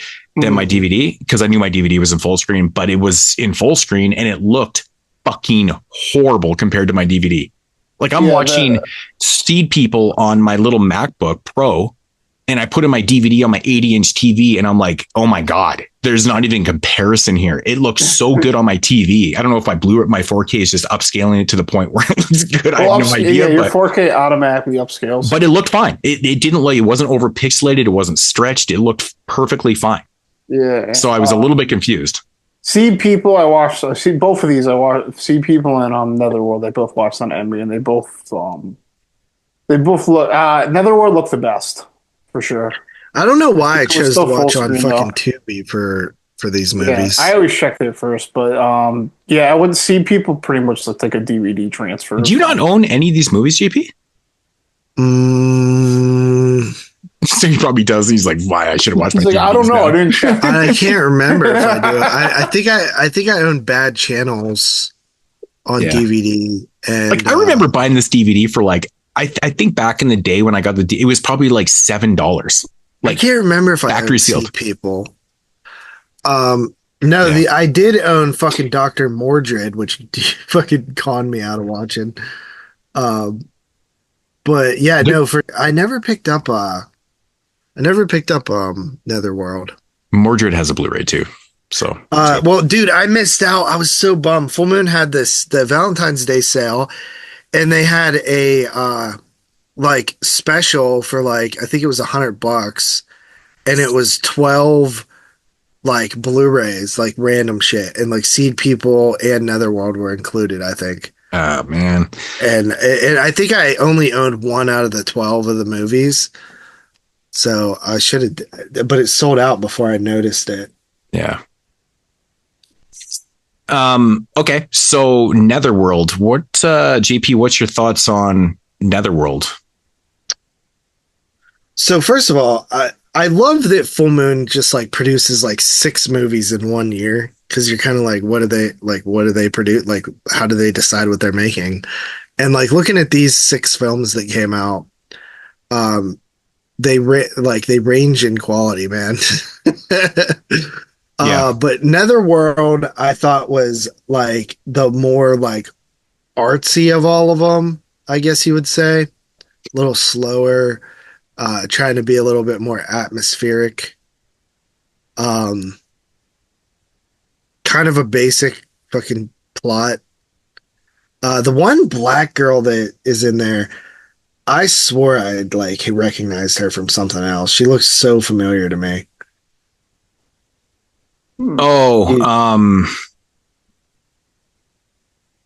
Yeah, I know who you're talking about. Actually, I thought, it's probably because I've seen this movie a couple times. I just remember from this movie, but she does have one of those faces where you're like, where the fuck is she from? Right.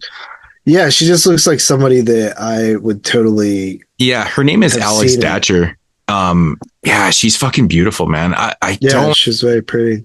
Very, very pretty. Body bags. Bags. She's in the gas. Is she in the gas station? Yeah, she's in the gas station. I just remembered right when he said that. I was like, she's totally from the gas station segment. She was also in this Disney Channel original movie I watched in my travels up and away. Okay, so I'm clicking on her. I don't recognize her from really anything in her filmography. Like she did an episode of Martin, which kind of makes sense. Sister, which makes sense. Dude, I love fucking Martin. Yeah, Martin was fun. Yeah. She did an episode. Actually, I remember the one she was in the Disney Channel movie. It actually was the one written and directed and starring Robert Townsend. Like they played like Meteor Man. Oh, that's actually kind of cool. Man. That's one of the more notable ones, like in terms of people involved.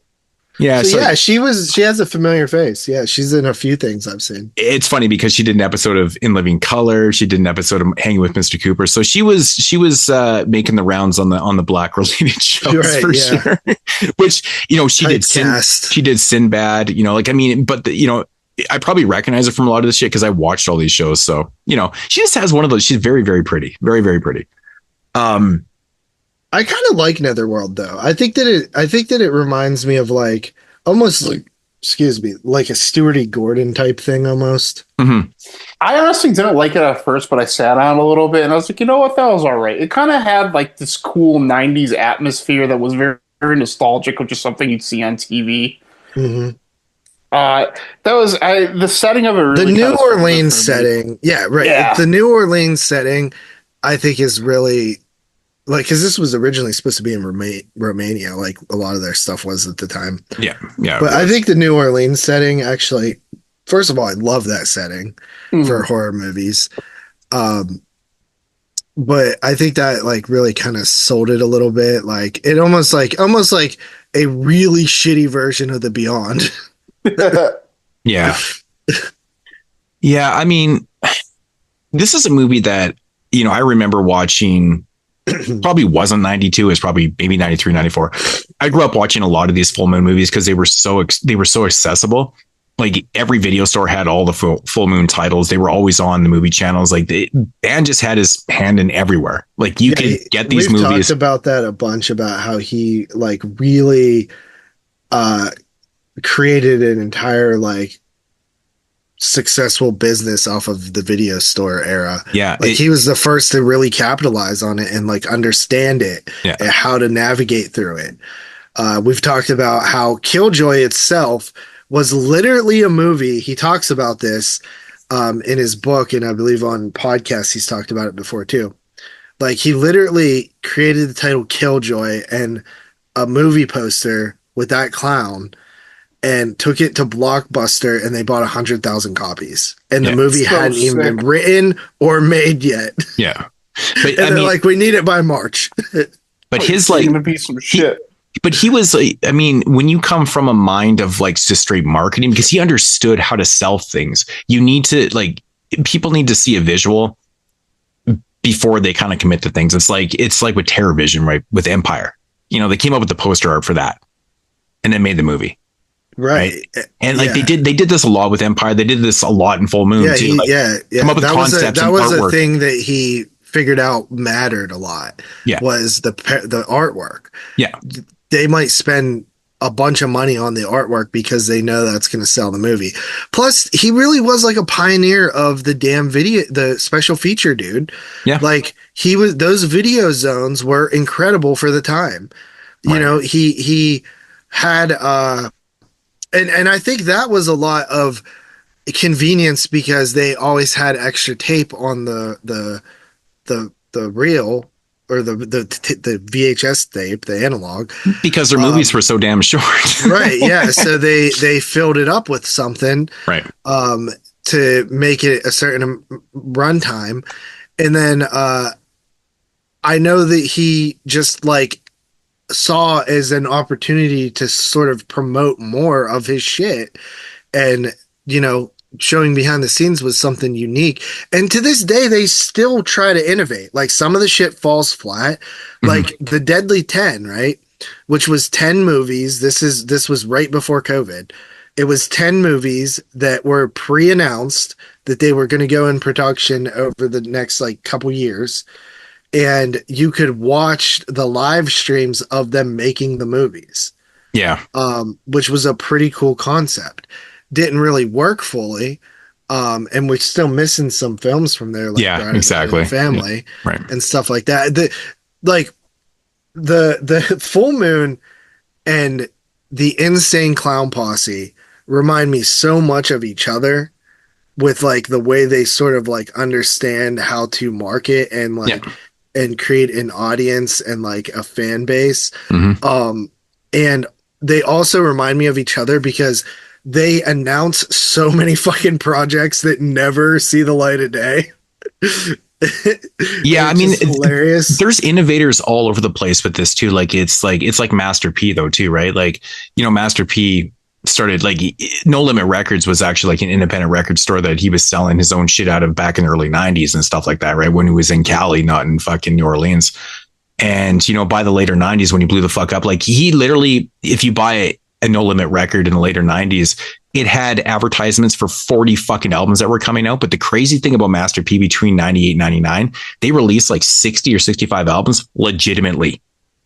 Like it's all in-house production, like just a mastermind behind marketing and just artworks and just the names and just the way they were doing shit. They were pushing the shit to the point where it's like, there's a lot of these type of marketing masterminds out there. Like, but no, like you're right. Like band's been doing this since the 70s. Like he was always in every little market with the videos, the big boxes. Like that was a big thing for him too, right? Right. Yeah, like that. And just even to this day, they're still trying to do different things.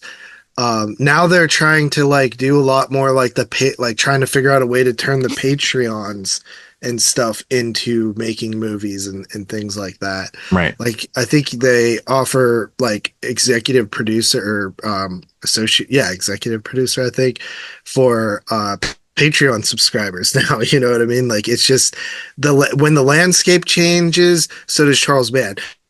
He mentioned that he started making movies that started with the first couple letters of the alphabet at the time that Redbox came out, because they noticed that people would only often look at like the first page and it was always in alphabetical order. Yep. So he started making more movies that started with like A, B, or C.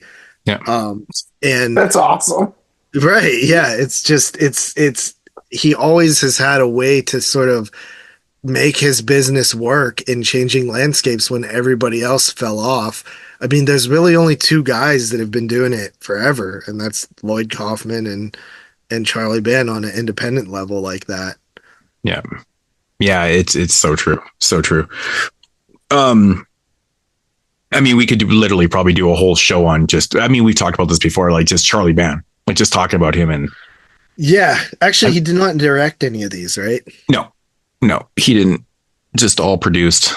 These are actual Full Moon productions. He said, here's a little bit of money, go make me more. Well, actually everything that was coming out at this time period was all in-house productions. Like these were Full Moon productions. So it wasn't like Lloyd where, they did some in-house productions, but then they did a lot of distribution. They did a lot of, they would acquire the rights to these films or buy up some of these films and stuff. And then.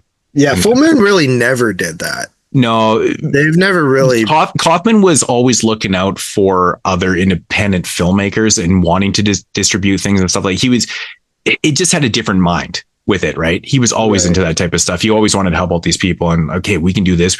And he would buy up the rights. And a lot of those films they still own. And of course, Vindicator Syndrome has been re-releasing a lot of their stuff that they actually own and stuff. So, but yeah, this is a David Schmoller film. Yeah, but they also like totally fumbled a lot of their releases too, like Argento's Stenhall Syndrome and stuff like that. Yeah, he was really unhappy with how that whole thing played out. Oh, that thing was full screen and just looked like ass, and I think it was cut too. Yeah, it was real cut. Yeah, that was one of the biggest problems with Lloyd and Troma was releasing films that were cut. Like I remember the New Gladiators, the Fulci film. That thing was cut to shit too. Like it was like more about quantity over quality, I guess. At certain points, they would just pump out these releases and then not really put the effort. I mean, they even fucking released, was it Toxic Avenger 3 that was cut at one point? Like even like that's insane too. That's one of their movies. Property. Yeah, that's what I'm saying. Like it's really fucked up. Like, but I mean, if you look at the differences in companies, though, I mean, there's obviously a lot of pros and cons. But when you look at Full Moon, I mean, these movies didn't really have to have cut and uncut versions because if you notice one thing about a lot of the Full Moon films, especially in the 90s, they don't really rely on a lot of blood and gore. They really don't. They don't. Yeah, it's not their thing. It's not their thing. So like their movies like were their kills movies. have never been really like outside of like a couple of the Puppet Master movies.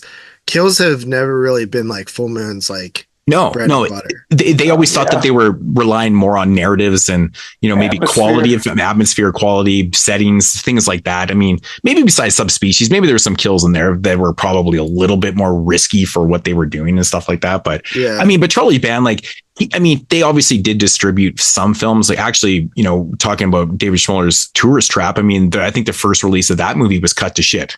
Right. And then there was a whole debacle with that whole Tourist Trap thing that came out. And it's been re-released multiple times in an uncut version by Full Moon. I actually have a big box version of it, which is kind of cool. But yeah, I mean, the company's always going to have their controversies and stuff like that. But that's a whole nother story, right? Speaking of big boxes. Jesus. Yeah. And right. And he has, they do a lot of subdivisions too, like Moonbeam, which was kids movies and the Skinamax type movies. I forget what that line was called. But they have a lot of different sort of side labels, if you will. Right. Which Troma never really did. It was just Troma Entertainment. Yeah. Everything kind of fell under one moniker. It was interesting. Right. Yeah. He also had a way of finding especially at that era, the era of the 90s, actually finding half decent directors that were sort of journeymen, director for hire type guys, that some of them had some success outside of a bigger movie here or there. I think of Ted Nicolai and Smaller and stuff like that. Yeah. Well, Nikolai also comes from the early days of Empire, though, right? Because he did a lot of, I just brought up TerrorVision. He directed that movie. Right. So, but actually he did some really good Empire films. But I mean, Troma, same thing. I mean, look at the history of Troma. How many guys started in Troma that became we're talking world-class directors. It's pretty fucking wild. Right. Pretty fucking wild. So for sure. That's insane. Yeah, it is actually kind of crazy.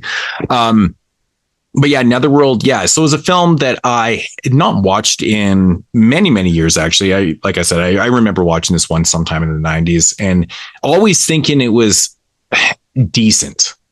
I just feel like this movie has ideas that are not fully flushed out, probably the way they should have been if it had the budget. This is one of those movies where I feel like the constraints of the budget really held it back. I mean, there's some cool things in this one. I mean, out of the three films that we're talking about tonight, I mean, this one probably has some of the cooler things. It has this aspect of I hadn't seen this in years, and I was watching. I was instantly, I'm like, oh yeah, right. The flying hand reminds me of the Evil Dead. It just reminds me of Evil Dead, right? Right. It totally has this Evil Dead appeal to it. But there's some pretty cool ideas with bird people and cult stuff and witchcraft and black arts and things like that. So basically, like we said, there's this guy that shows up after his father dies, and he takes over the estate and stuff like that. And he reads basically this kind of it's not a will.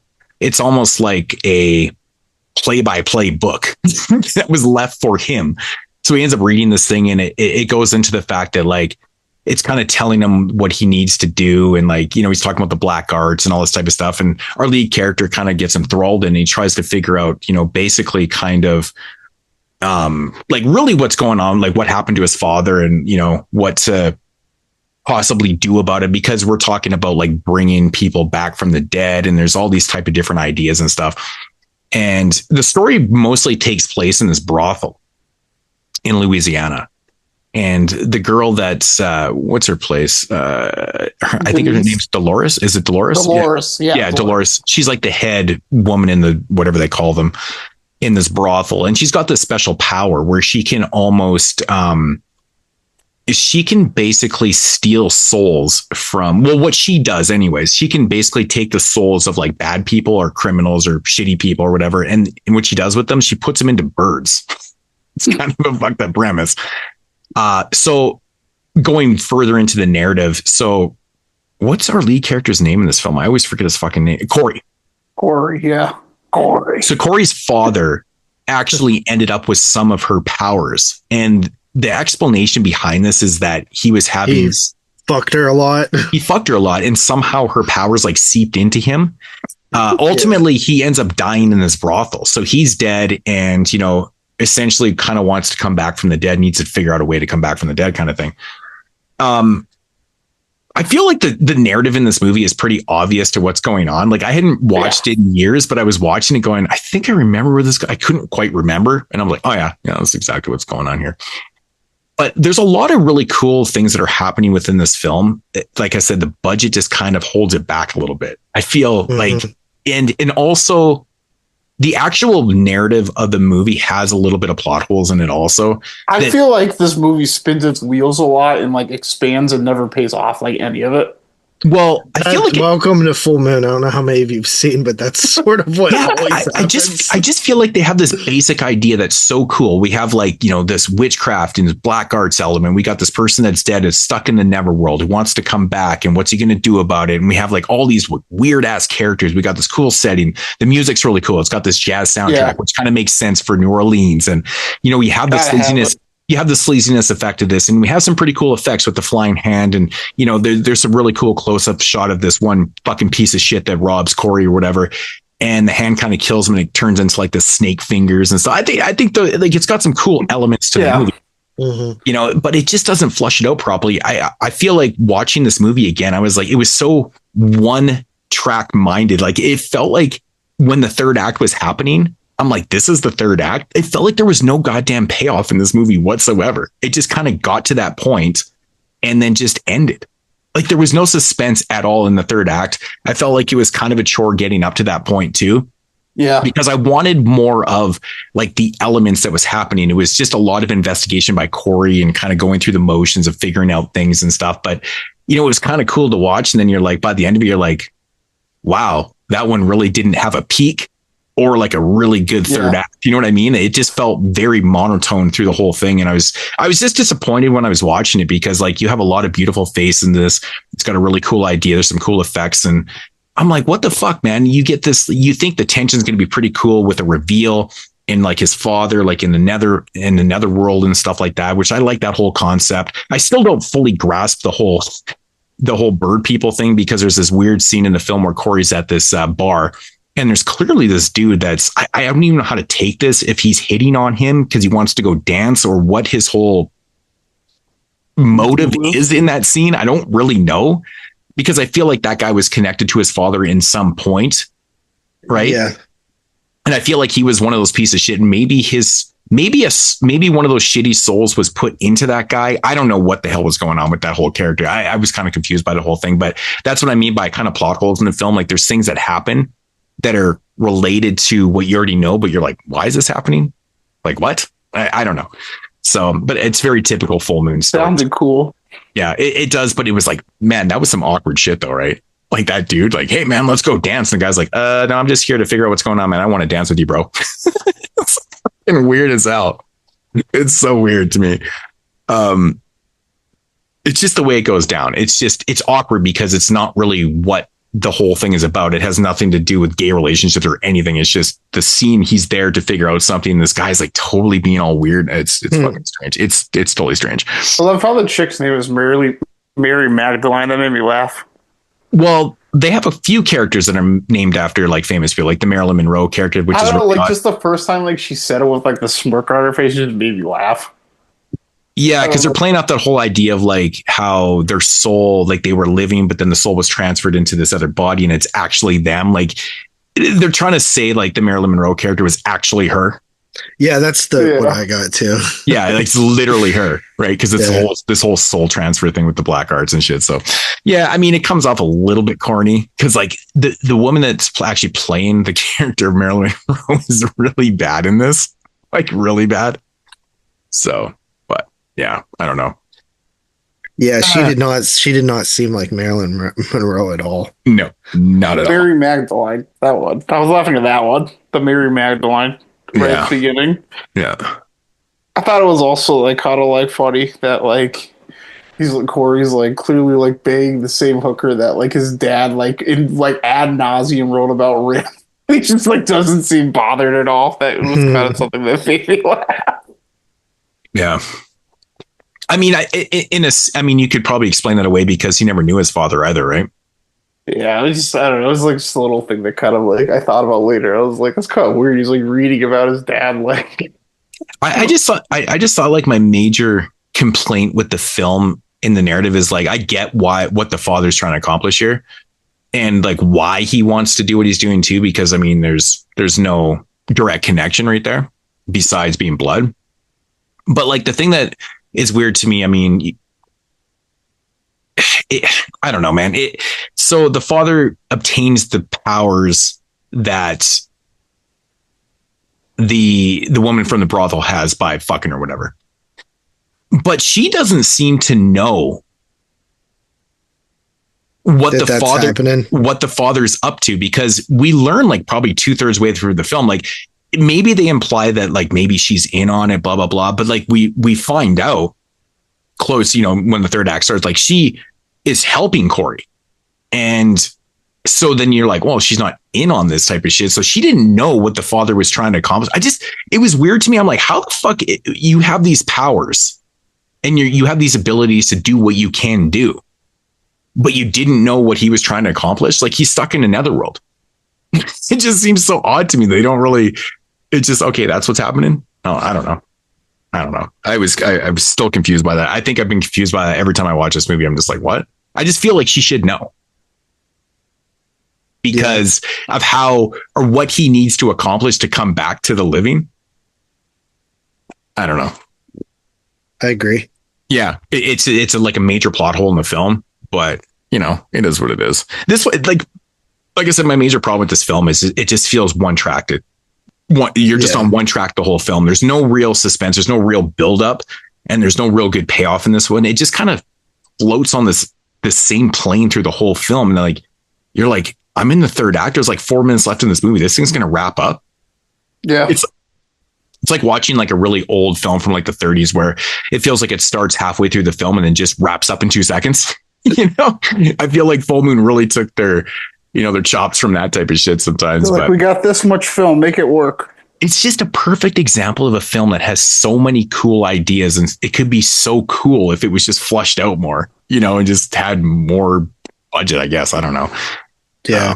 I don't know. It's all right for what it is. It's not like crazy low budget. It's not like a do yourself type film.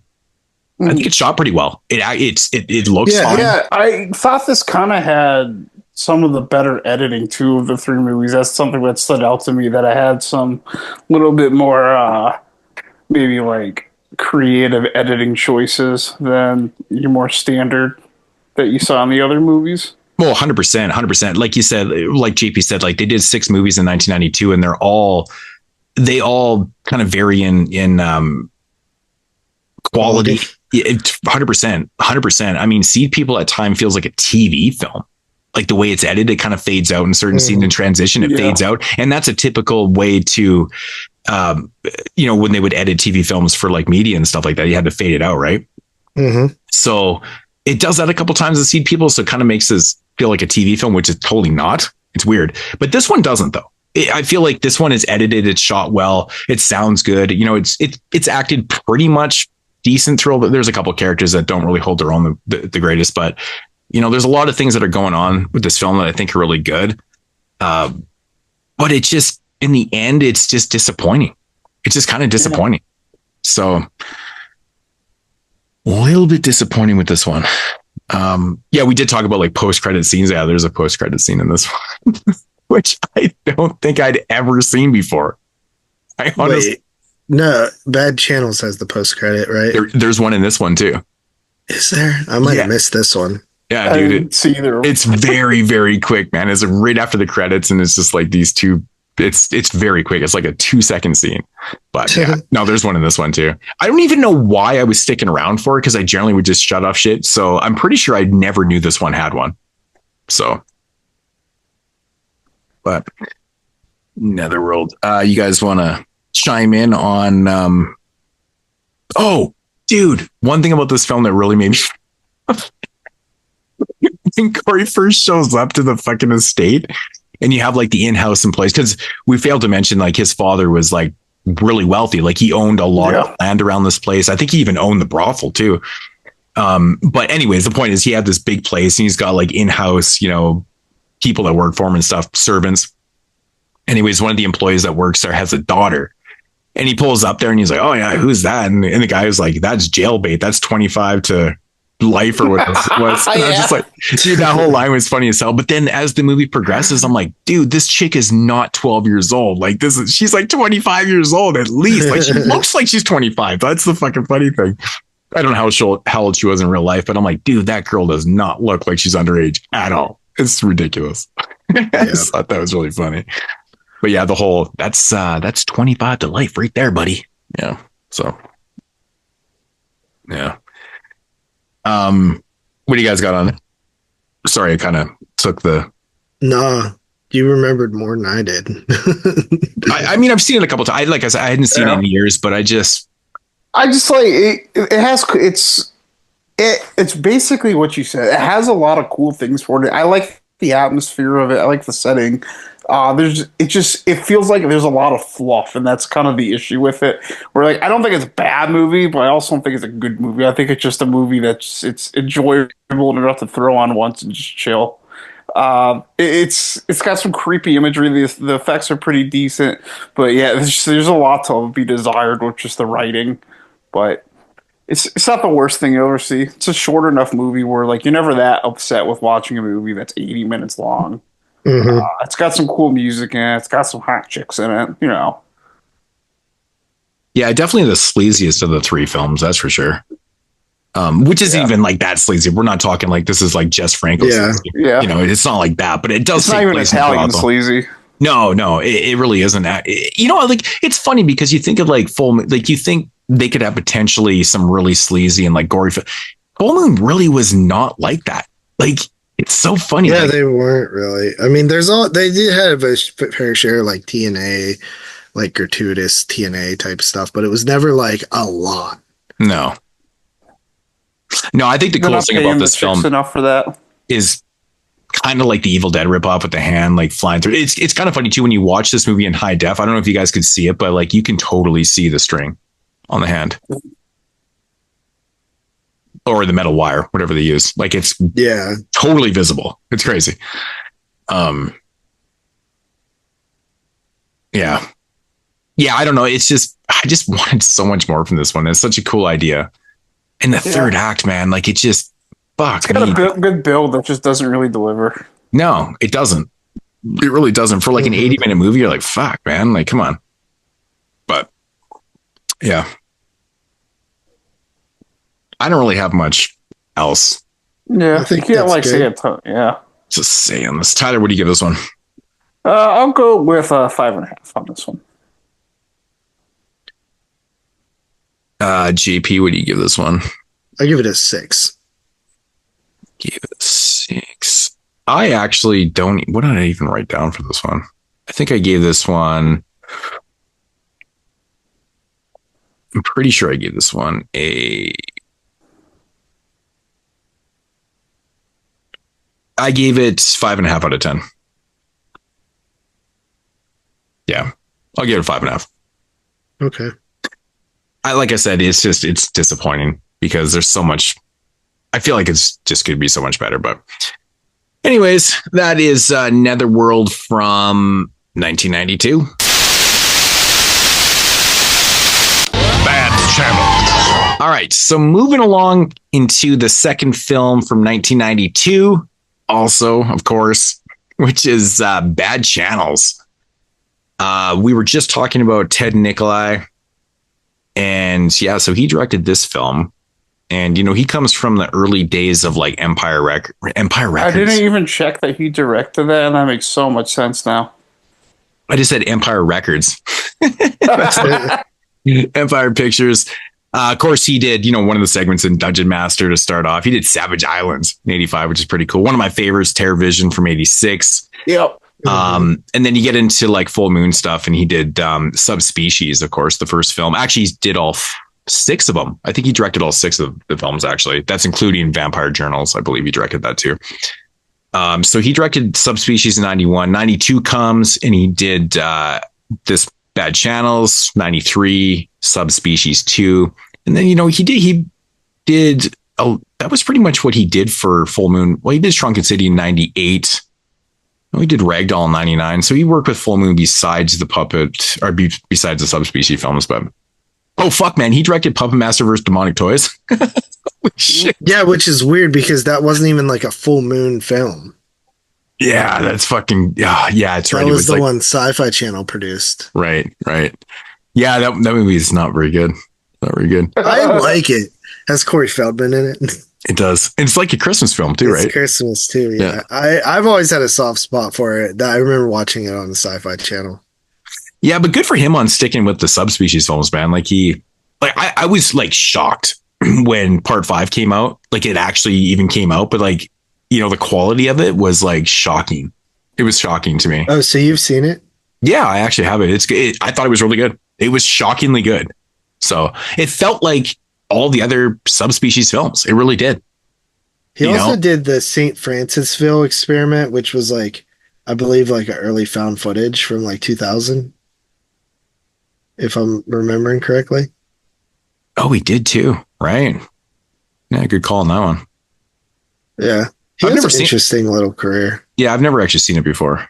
But yeah, no, like I said, like he was, Empire Pictures alumni. So kind of went into there. But yeah, most of his career is kind of Full Moon related, but it's done some good stuff. I mean, TerrorVision, come on, man. It makes sense that he did Bad Channels because it is kind of like a shittier TerrorVision.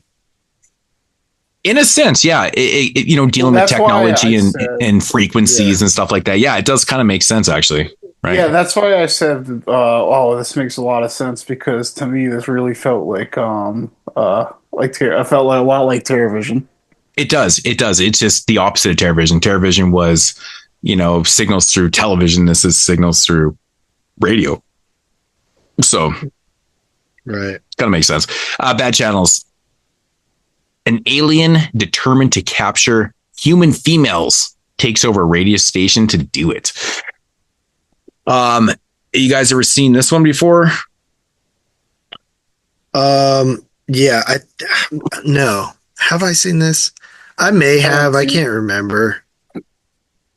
I don't think so, but it's possible. If I have it on DVD, then I did. Mm-hmm. I like this movie. I like Bad Channel. I think it's fun. I mean, this was my least favorite of the three.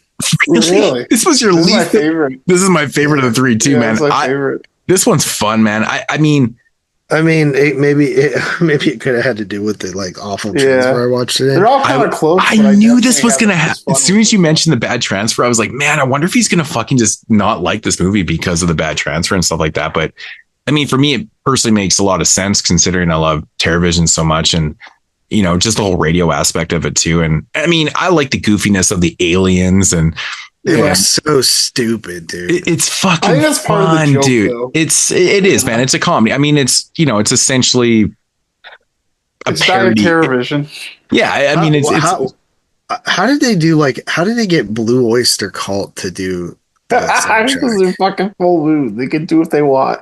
I don't know, man. I mean, they did a few songs in the film. You know what really when I'm watching this? This is the most I've seen of a live band in a movie, I think. Well, there's multiple bands in this, but the cool thing about live music, I guess I should say. The cool thing about this is it just feels like it's a fucking MTV video flow program disguised as a horror film. You know what I mean? There's multiple scenes in this film where it breaks down a straight up music video and it plays the whole fucking song. And when the song's over, some female gets trapped in a fucking glass jar. It's awesome. Yeah. Why? Fuck you. That's because why. it's just for entertainment value, man. It's also because you're playing off the radio station, right? I mean, that's what radio does. They play music and then I don't know. It's just complying with what radio is. You play music, right? What are they going to do with them? Well, they wanted to impregnate and repopulate. I think that's the point of stealing the females was to right. But why do you put them in little glass jars? What does that do? I don't know how they were going to get bigger. Yeah. Just take them. You're fucking aliens that traveled across the universe. Yeah, but it's about efficiency. It probably takes a long time to get there. I guess. I'm assuming that it was for travel. You put them into these little these fucking petri dishes or whatever the fuck I guess you wouldn't need as much space. Yeah. But But no, I kind of like the breakdown of it. It's pretty funny because like it would break down, like every girl would have like a specific band playing for them and stuff. And like there's this one scene in the film, it's like in a hospital, and the band is like a mix between ICP and like fucking like Primus. And the song is totally catchy as shit, dude. It's awesome. I loved it. Actually, the music throughout the film is like by a bunch of different bands. Blue Oyster Cult. Blue Oyster Cult actually scored the movie. Yeah, they scored it. And then like all the actual music videos that we see in the film are all was cool. Yeah, they're all done by different bands, like different kind of grunge and metal and in different type of bands and stuff like that. But I actually really liked that they use these kind of independent bands. The Ukuleleans. Yeah. Like they're all independent, smaller bands and shit like that. Like I like the one band that was in the school that was playing with the marching band and stuff. They sounded like, you know, they fit right into that grunge time, like 1992. I mean, grunge was huge. It just felt like it was that type of music. It just kind of fit the timescape of it. But, you know, I mean, for me, it's fun. For somebody that did radio for like 10, 12 years, I love doing or watching shit like this. It's fun for me. It's fun. But it is very much in the vein of a really shitty version. Like Terrorvision's so much better. How do you feel about the fact that like just like disinfectant like kills the aliens? It's so stupid, and it got me thinking too. I was like, consider it. When you're in a radio station, like, would you have disinfectant sitting around? But I actually have seen it in stations because you're always touching buttons and shit. Like you need to clean that shit up. Oh, definitely. It's just like our office setting. Yeah. So, you know, I mean, it's totally explainable why they would have that in the station. But, you know, I mean, they are an alien plant, I guess, once it gets exposed kind of thing. I mean, it's like a plant. Who knows? I don't know. It doesn't really matter. It's so stupid anyways. But yeah, this one definitely, it feels like way more comedic and goofy. Yeah, it's goofy. It does feel like Terrorvision in a sense, but it's like a little bit more goofy and stuff like that. But definitely not sleazy. I mean, it does have its moments with the dancing and stuff, but like it doesn't really go into that territory where we're getting full on titties and stuff like that, where you think it might because they are stealing women. Shade. Yeah, because like a lot of the women are really hot and stuff like that. It just doesn't go into that territory, but I don't know. For me, it's a fun watch because it just keeps it fresh, man. Like the songs that are playing, and once the song's over, it's like, boing, you're stolen. I like that. It's fun. But so you didn't like this one, JP? And not really. Man, dude, this one's so much fun. So much fun. Like the fungus and shit, man. I don't know. It's so stupid. So stupid. I like the fungus. But this one just had a vibe. I just vibed with this one the most, I guess. It was just a different tempo. The other two are kind of similar in tone. I think it's a little maybe more faster paced than the other ones. Yeah. Yeah, which is interesting because they're all about the same length in time. Like they're, I mean, you know, give or take a couple minutes and stuff like that. But yeah, I don't know. I mean, there's some moments that I actually laughed out loud. Like, you know, the backstory of our DJ is kind of a dirtbag, and he's in like this small little shitty town because he's kind of ruined his career by doing stupid things on the air and stuff like that. And like he's playing it pretty kosher, and like, you know, he's trying his hardest to like regain his, you know, the respect of the people and, you know, bring viability to his name and stuff like that. And like the shit starts going down, and he has this moment where he says fuck on the radio, and the guy the guy that runs the radio station, he's like, oh. And he just like freaks out. I fucking love that part, dude. Because like, if you know anything about cursing on radio, it's a big fucking deal, right? He's like, oh, we're ruined. And I'm like, really? Do you not see what's going on around you? You got fucking aliens like abducting women like in the test tubes and shit. I'm like, come on. It's so stupid. But like the way he freaks out about him cursing on the radio, he's been holding it back like all film. He was like, fuck. Yeah, I think it's pretty funny, man. I laughed out loud a couple times. So. But yeah, I mean, I actually really like the music in this film. It's fun. I mean, it plays in perfectly. Yeah, I like the music. It's a rock radio station, right? Like, what do you not get? Like, the whole polka shit is like, it's so like. That was making me laugh because where I come from, there's a lot of polka around here. There's like a big polka community. So, like, taking jabs at polka, you just hear like that chord, like, he's like, made me fucking laugh. It's just like the whole contest, right? The movie starts out, he's literally chained up and he's got this combination lock on his chest and stuff. And he's I don't know. I guess he gave the public like 24 or 36 hours to give him the combination of this so he can go back to playing rock radio and win a vehicle and blah, blah, blah. I just like the whole concept. It's so goofy and gimmicky, but it's kind of fun. But that kind of plays into the narrative a little bit. Yeah. Yeah. But you guys have to have more on this than that. Am I the only one that actually watches movies? Yeah. Did you not just watch his movies today, GP? You should be No. I watched Netherworld today.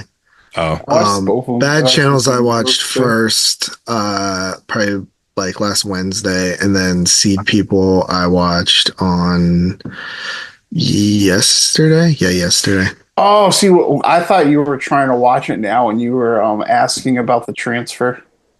No, I was just saying, like, I was just like curious if I was just thinking about it and decided to bring it up. Oh, this is fucking hilarious, man. So I just clicked on the trivia on here and it said in 2017, an interview with Video Bag, Ted Nicolai spoke about what convinced him to make the film. This is quote, "I voted by Bad Channels for years. Charlie Band kept saying, you want to do Bad Channels? You want to do a movie about a monster in a radio station?" And I was like, fuck no.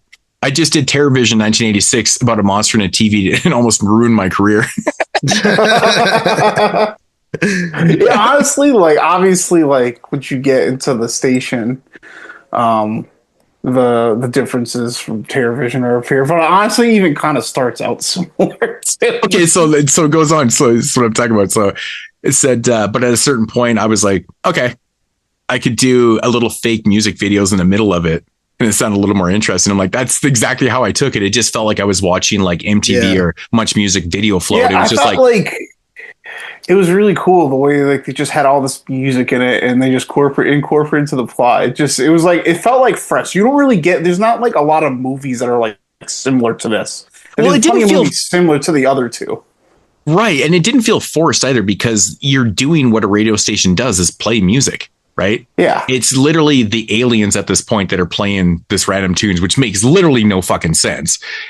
And also what doesn't make sense is like the people or the women that are being abducted are just kind of seeing these music videos like in their head and shit, because we get the outside view of like people watching them dance. I'm like, what the fuck is this bitch doing, man? She's like just dancing by herself and shit. So like nothing literally makes sense, but it's all about showcasing the music and doing the video kind of style and stuff. And I think it's actually kind of cool. It just didn't take itself too seriously. Like the monsters or the aliens were fun. It all just flowed together well. Like it's not something I'm gonna like watch over and over, but this is like something that like I'll remember is like, this was a cool movie. I watched this one time. It reminded me of TerrorVision. Mm-hmm. Mm-hmm. Yeah. So he ended up really doing this because he just wanted to work again. So I think he had a little bit of a layover and stuff like that, but there was a dude out there taking, basically demo tapes and stuff like that. And they just kind of picked some bands for it and stuff. Like obviously the bands that are in each of those scenes are the real bands. And it's pretty cool. Charlie Band capitalizing again. I mean, none of those bands ever really did anything, but I mean, what they did in the film was actually some of the best stuff in the movie, really. Yeah. It's all pretty fun and catchy. Yeah, and like that's the thing. Like a lot of full moon movies I've seen, or I think really I can make this, I would feel comfortable making this statement, are really similar. There's a lot of recycled ideas, a lot of similar tones, but this is one that like sticks out to me of all the ones I've seen as something a lot more unique. Dude, what's so fucking, what is so silly about this movie is not just a disinfectant, like a way to like, kill the aliens or whatever. It's not really what happens, man. Like when he cuts open the alien's basically suit with an X-Acto knife and it like deflates him and he gets exposed as the plant. I think it's so fucking stupid. But my favorite shit though, man, is when the alien blows up his fucking little short circuit sidekick. He's like, oh my God, this guy means business. Yeah, what the hell was that thing's name? I don't even have a name. But it's like he's got like this liquid brain on top, and it just reminded me of like a really shitty version of like Short Circuit or something like that. It was weird. Number 5. I just love that he fucking blows him up too, and the guy's like, "Holy shit, he means business." He just blew up his sidekick. I'm like, oh my god, it's so stupid. I had a blast watching this, man. I honestly didn't remember it, which is odd because, you know, being such a big fan of TerrorVision, you'd think I would have just put 2 and 2 together, but I'm watching this going, man, this is fun. Yeah. It's like not even like super cheesy or nothing. I liked it because I love TerrorVision. Yeah, me too, man. It's totally in that vein. It's just obviously there's like way less budget for it. But you know what? The one thing about this film is really bizarre. I was thinking about it after it ended, and I started laughing to myself. I was like, there isn't even one goddamn kill in this movie besides the alien that dies. Yeah. That's what I'm saying. They never really focus on the damn kills in full movies. But we do get a pretty cool post-credit scene based off of this, though. Yeah. I thought it was kind of cool with Doll Man. It's kind of interesting, but it kind of makes sense that they would do that. It was actually, I mean, again, that's got to be Charlie Band going, well, we can totally do something with this, right? Right. We're shrinking these women down. Doll Man's 3 feet tall. Hand in hand here, right? So. Yeah, I think they did incorporate it in Doll Man versus Demonic Toys or something. Did they not? I can't remember, dude. I guess I'll be watching Demonic Toys, but I'm not 100% sure. I can't remember. Doll Man literally once, like 15 years ago. Yeah. Doll Man's fun. Yeah, Doll Man's actually a good movie. Yeah.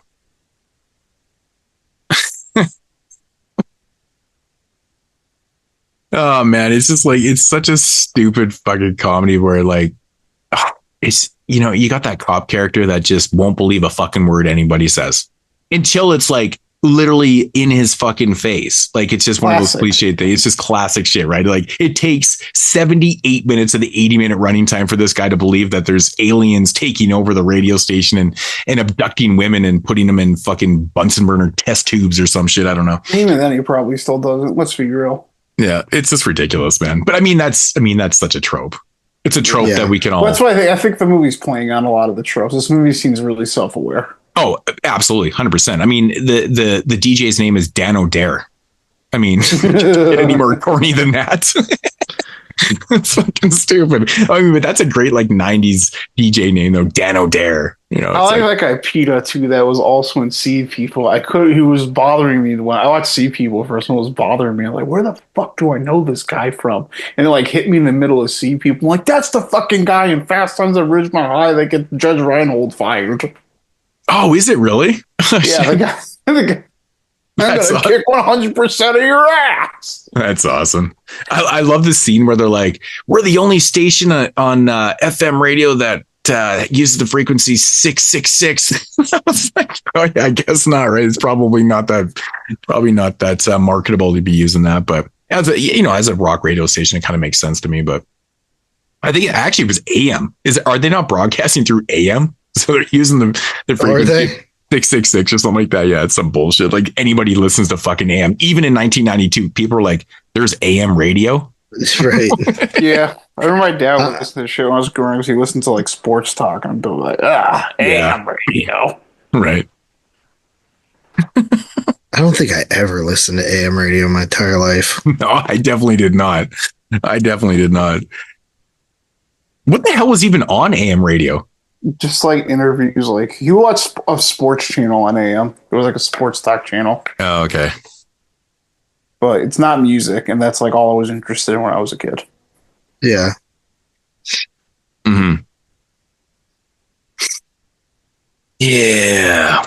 Right. I don't think I have anything else. I mean, it's 80 minutes of that. We just keep it simple. Talked about the whole goofy. Like, there's nothing else. There's nothing else, man. Throw in some goofiness. Keep it simple. I don't know. If I might like this movie less if I didn't love TerrorVision, but it just reminded me of TerrorVision. It was kind of cool. Yeah, it makes a good companion piece for sure. Like if you were to do a double feature with TerrorVision and Bad Channels, I don't think Video Dead. Yeah, but Video Dead's so different though, man. That's like a zombie film, and like these ones are just they kind of have the same tone. They're fun. Yeah, but it does have to do with the TV. True. It does. But I mean, that's kind of why that double feature exists, right? Right. Yeah.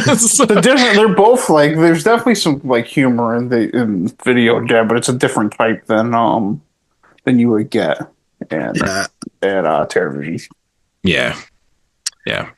I guess it's me up. I give it a 5 out of 10. It's average. Oh man, I give this one 6.5 out of 10. I think it's pretty damn fun. Yeah, I'm gonna give this one a 6. Actually, no, I'm gonna give this one. I give it a 7. I'm just gonna stick with my other rating. I give it a 7. I think this one's fun, man. I was, I was having a blast through the whole thing. Okay. Ratings are all over the place on Bad Channels. All right, so that is Bad Channels from 1992.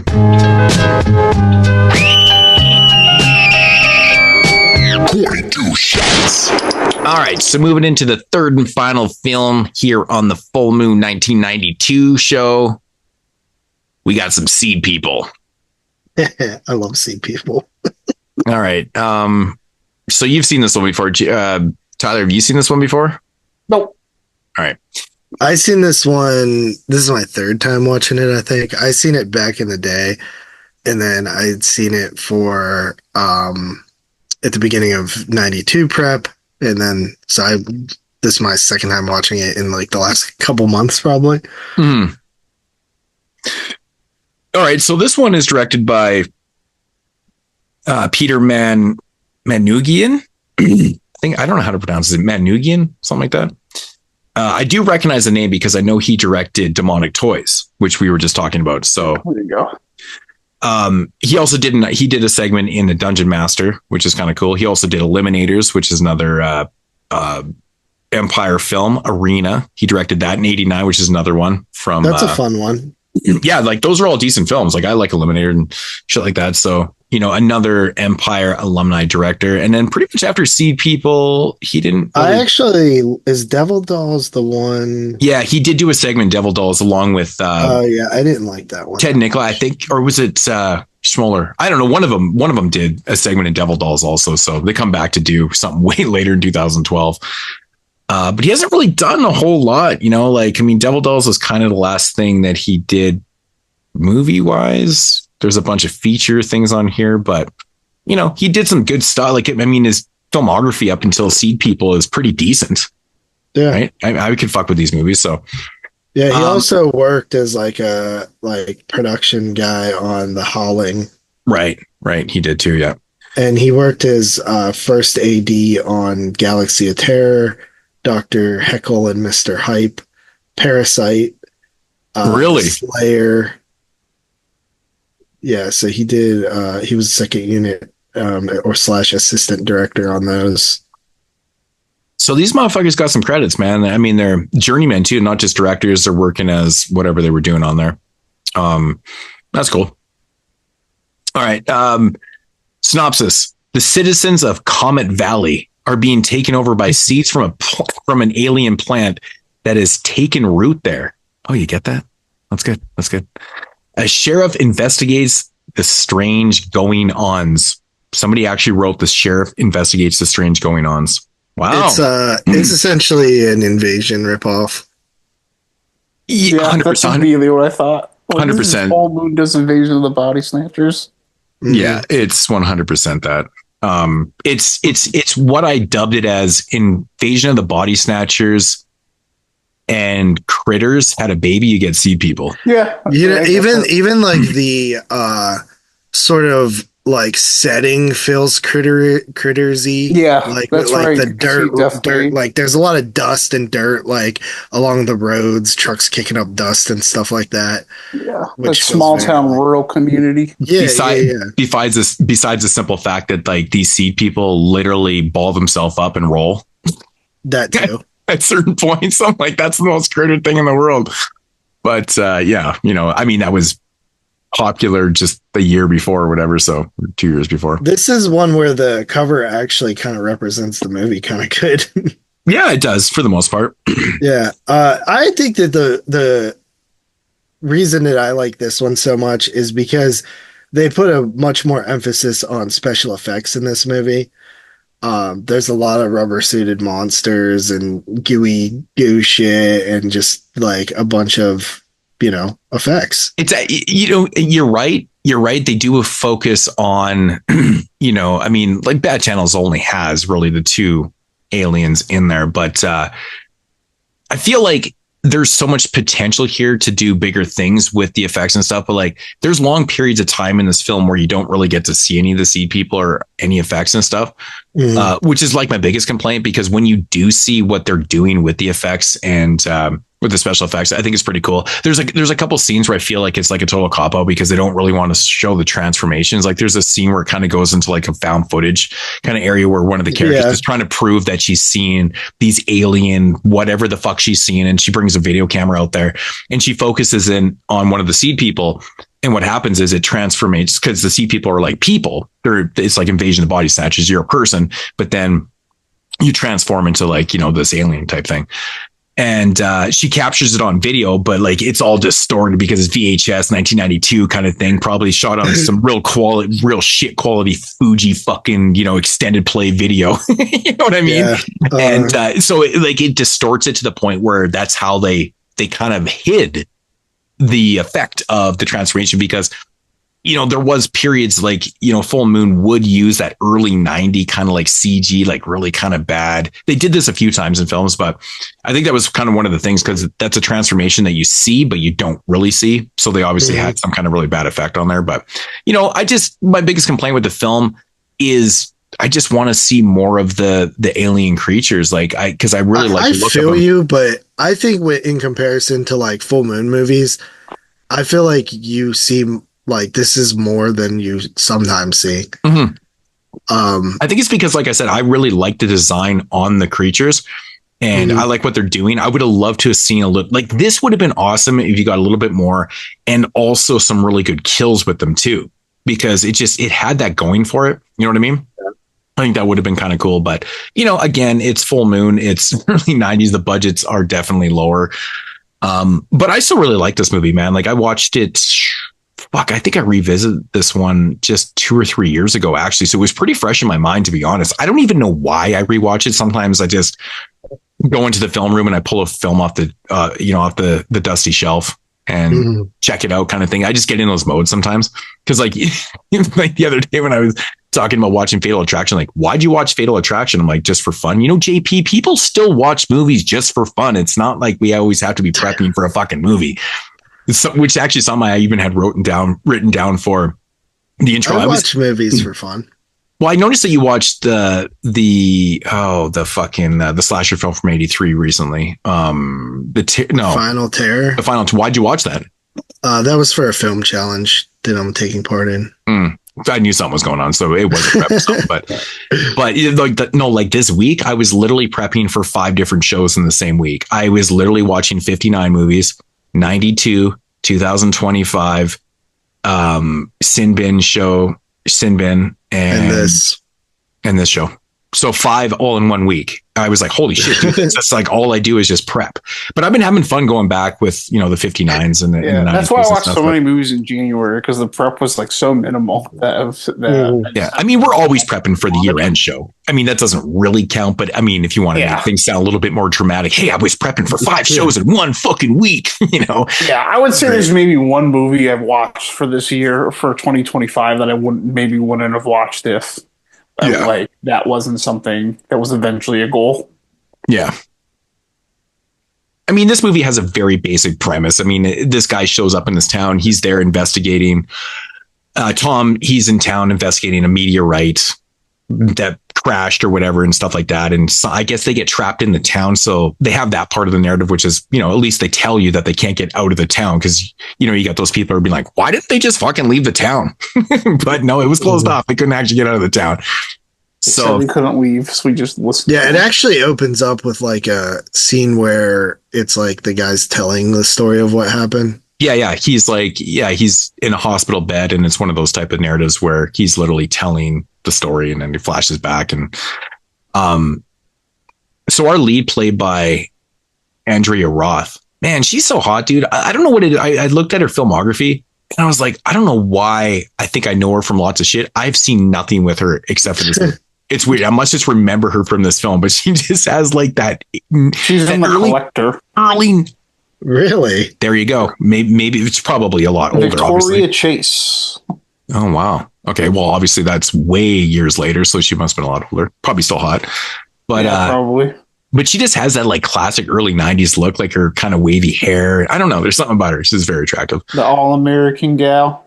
But it just has the cliche, within the narrative. Canadian. It's like Tom. I've seen the movie The Club. I've seen that. Oh shit. That movie sucks. 94 movie. Yeah. So, Tom actually had a relationship once with her and they're trying he's trying to rekindle it. So it's got all that kind of cliche shit happening, which is fine. It is what it is.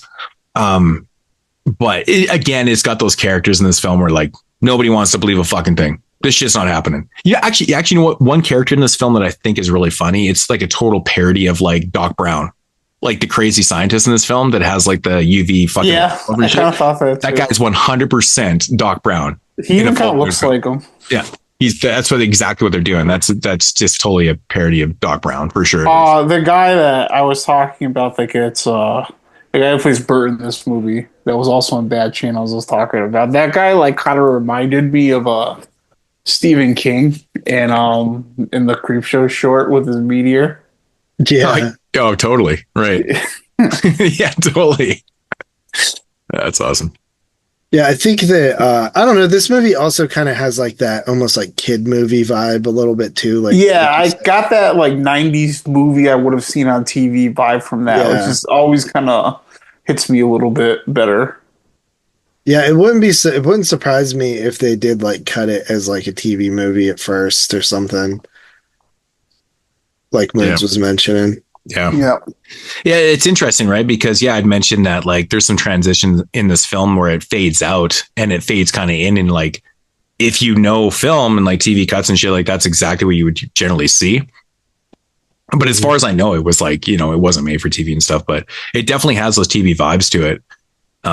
Because I mean, it's not like overly bloody and gory. I mean, it has some moments that are kind of gross, like where I feel like the alien comes on this dude like hardcore. He just gets encased in it. It's what it looks like, dude. He just gets encased in this white goo, and I'm just like, oh, what the fuck, man.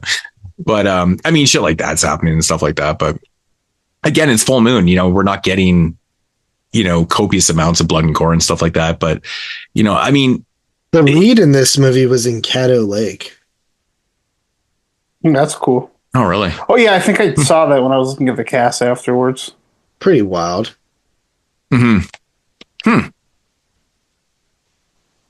Interesting. Who's in Cattle Lake? Probably the grandpa. Yeah, Ben.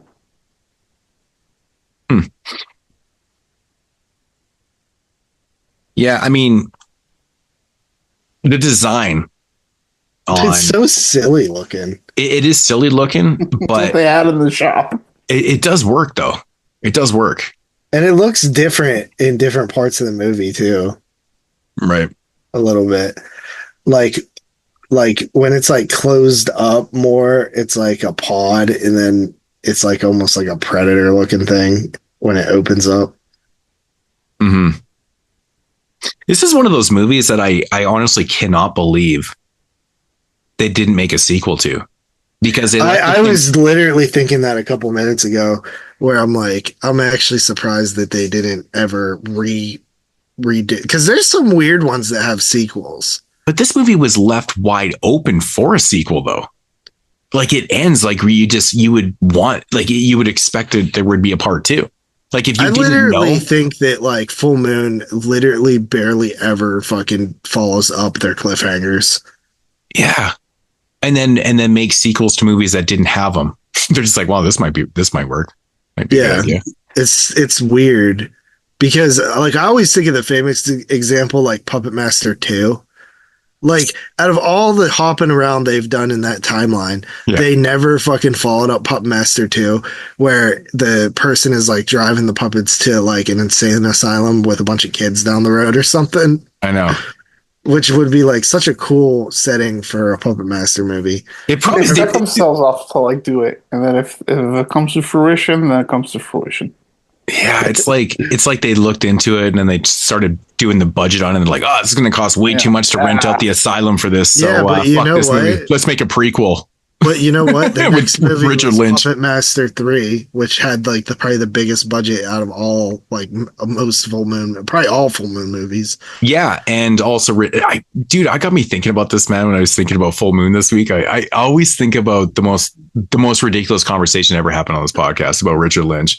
I'm all like, man, I love Richard Lynch, but you and Jeremy are like, nobody fucking knows who Richard Lynch is. I'm like, dude, I didn't know who the fuck. But Richard now Lynch thinking was. Back on it, now like you've probably done your homework. You're like, holy shit, man, Richard Lynch. Yeah, I see him all the time. Like he pops up all the time now. That's what I was trying to say before. I'm like, dude, this guy's in everything. You're like, I've never seen him in anything. I'm like, doesn't mean he's not popping up in everything. And I'm like, but it was funny because at the time you knew who Richard Lynch was from Puppet Master 3, 100%, right? Yeah.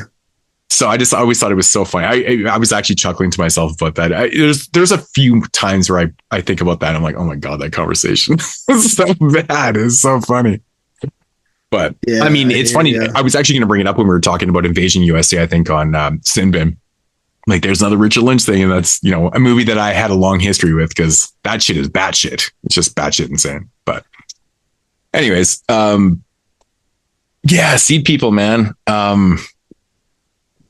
Richard Lynch was just in Invasion USA, which I watched. Fucking. That's what I just said. I just went off about. Yes, I was reading his filmography, so I was like not paying attention. Yeah, exactly. I even said I have a long history with that one. I've seen it so many times. That movie's just bad shit, man. It's like the most bad shit ever. But this is, this one, again, all three of these movies are like, they're so similar, but so kind of different, but they all, this one literally has like aliens again in the same year.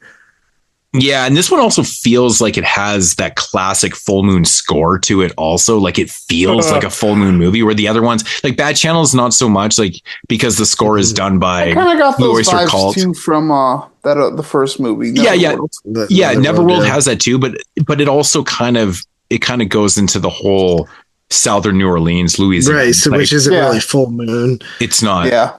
So this one, I feel like this movie feels like the most full moon to me, right? Of the three, like definitely sound wise for sure. And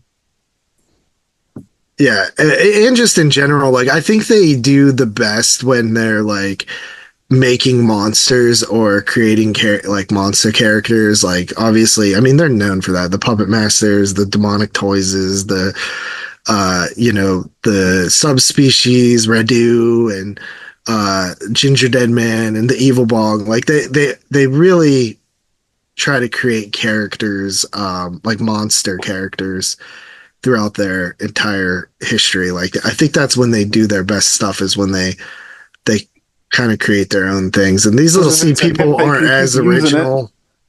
Yeah, the little seed people aren't really as original, but I think I don't know. I just think they look kind of cool. And I think what it was I think I expected them to look way worse being full moon, and like even though this is like the better era of full moon, I think that I was expecting them to not be very good, and they're still goofy as hell looking, but I like practical effects, and it's just like when you create like a big round like foam latex monster and paint it real well and stuff like that. It's always fun, imaginative shit like that I like about full moon.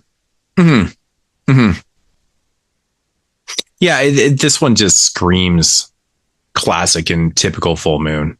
Yeah. Like the way they pollinate and the way they turn and all that shit's funny. Actually, I just clicked on the trivia here and it says an unrelated sequel was planned and written, never got past the writing stages. So I mean, I guess they considered it at least, but it's just one of those films where I just feel like, they made these massive franchises out of so many other characters and so many other things. Like Full Moon has 5 or 6 really big franchises that this at least could have had a sequel. It's kind of crazy to me, but I don't know. Well, now they're doing that whole pulp noir line. That's like their next. That's what I think. 2 movies have come out under that line so far, but they have 10 planned. And they started releasing a bunch of their other titles in black and white. Really? On their streaming service. So what's this pulp line? Like these are new movies? Yeah. So that's like after the Deadly 10 like kind of failed a little bit. They started doing this thing called the pulp noir. So that's what they've been focusing on lately, and it's Quadrant and Death Streamer have come out, but there's also 1, 2, 3, 4, 5, 6, 7, 8 more movies planned. I think they're working on Subscriber and Subhuman right now, or I think Bad CGI Werewolves is one as well. See, now a title like that does not make me want to watch it. Bad CGI Werewolves. I know. I fucking know. Like you're literally putting the word bad and CG in your title. Yeah. Like that's fucked. They don't want you to temper. They want to temper your expectations. Like that's got to be the most off-putting thing ever. Like, what if we just say they suck? But we talk about this though, man. Like, I mean, if you're trying to make bad movies, I want no part of it. If you make an independent film and it's bad, it is what, at least you fucking tried. At least you weren't trying to make a shit film. There's nothing worse than going out and watching a film and the filmmakers purposely made a bad movie. That's fucking shit. I've never been a fan of that myself. Like when I hear the title Bad CGI Werewolves, I'm just thinking to myself, how could this ever be good? It's telling you it's fucking bad from the hop. You know what I mean? Like it's so off-putting, dude. That's a horrible, horrible, horrible fucking title. Yeah, so they did the Creeps Noir, which is black and white version of that. They did Trancers Noir, which is a black and white version of that. These have introductions by Charles Band as well. And then they did. I would watch that Trancers black and white though. That sounds pretty interesting. Did they do a new Killjoy? I think there's like 6 of them now. Oh, I guess I'm just behind. Death Streamer is one of those noir thingies. Obviously a technological type film. Yeah, it looks like a vampire type thing. And then Quadrant, which looks very H.P. Lovecraft /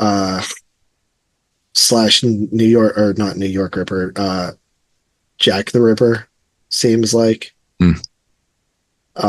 So yeah, they're doing those right now, which is pretty different. I'm not sure I'm fully understand the concept because like I do not think noir at all when I think full moon. Right.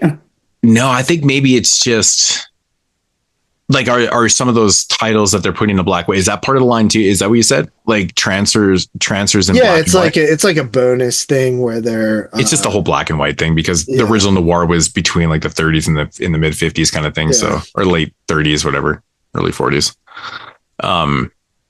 Yeah. So I mean that's just a gimmick. Of course. which we would ask nothing less of Charles Band. Yeah, well, I mean really that's what he's about.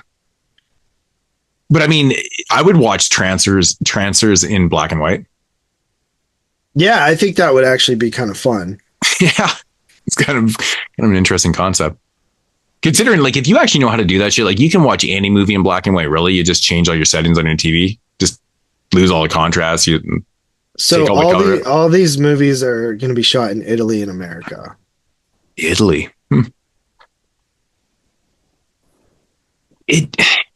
And Charles Band never really shot his movies in Canada. Like, I don't remember him. I don't think that any of them are in Canada, right? It's really interesting considering how many movies are really shot up here.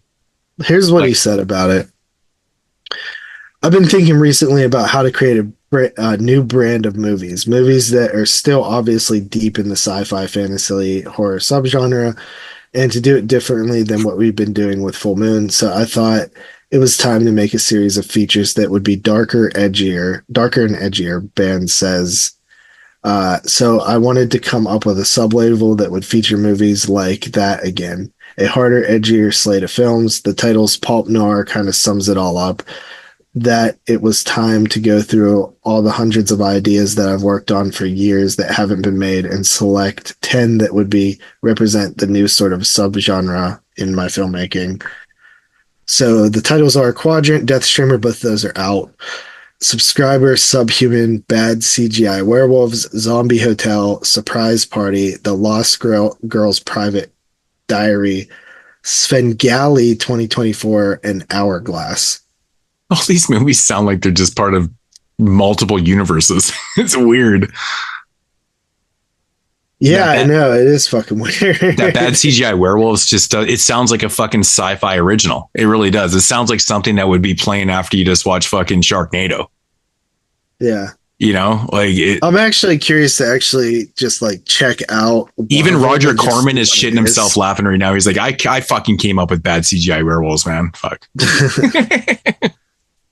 I'll probably watch one of them in the next couple weeks, like the first one that came out, just to see like what it's like.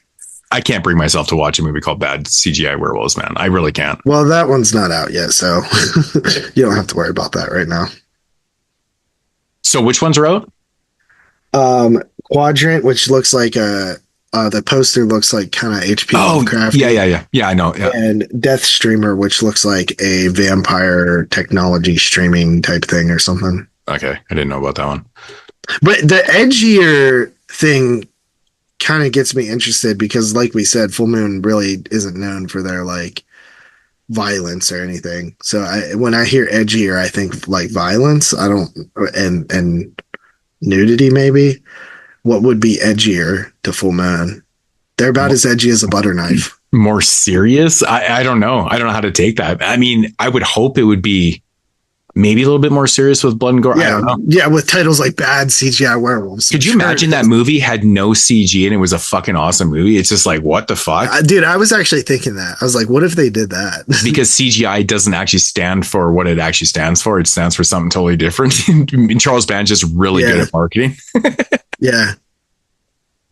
Fucking amazing. Or maybe that just he flips the script on CGI. He's like comes up with some other fucking great explanation for the acronym. I don't know. I'm sure. Who knows? But I mean, come on, dude. Like, there's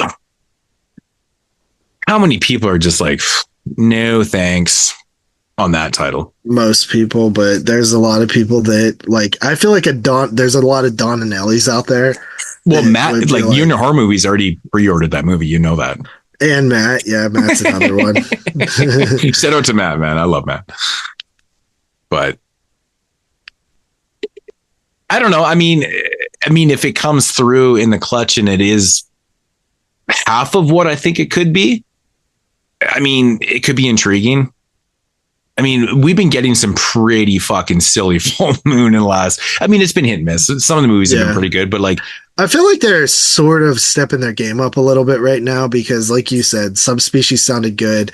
The Baby Oopsie thing I heard was decent. And then I watched one that I thought was all right. So maybe they're hitting a new stride. I've been wanting to watch the Baby Oopsie movies because like I like that character and stuff, but I just haven't seen any of the three yet.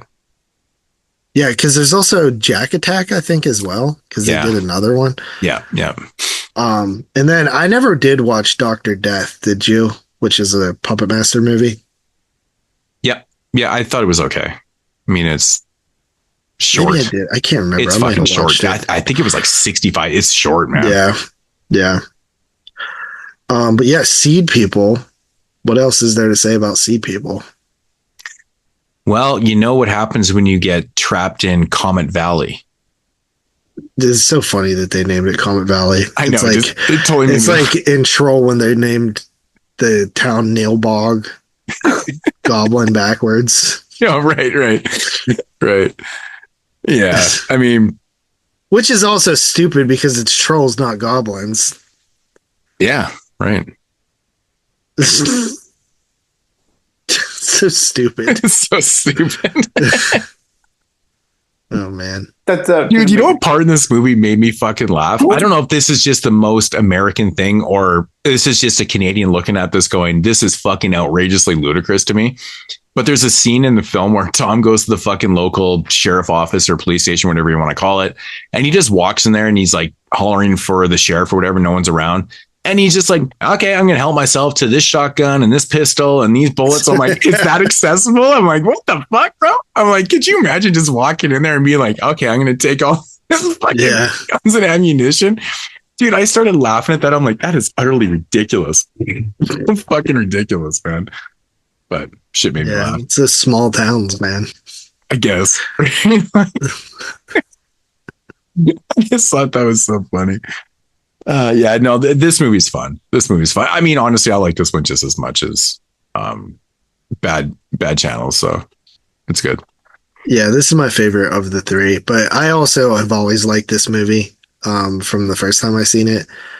I think it's a little bit underrated in their canon, in their filmography. You don't hear many people lump it in with like some of the better ones. No, I think it's because, I mean, maybe people just haven't seen it. I don't know. It's because it's called Seedpeople. They're like, what? Seedpeople? I don't know. I think there's like a special breed of people out there that love full moon. You know, like, yeah, I feel like everyone knows definitely. Full moon, but then you ask the average person, like, have you seen this movie? They're like, no. The average person doesn't know what full moon is. The average person might have heard of Pumpkin. No, I meant genre fans. Genre fans probably know full moon movies, but have they seen the full moon movies? That's the other part of the question. I think there is like a little microcosm of like diehard full moon. I mean, hell, Did you just say microcosm? Yeah, is that wrong? No, I just really like that word. That was good. That was good. It just caught me totally off guard. Wow, that was a big word. I've seen the tattoos, right? Like I've seen these people with fucking giant ass killjoys on their arm and shit like that. You know, I've seen people with full moon sleeves at conventions and stuff.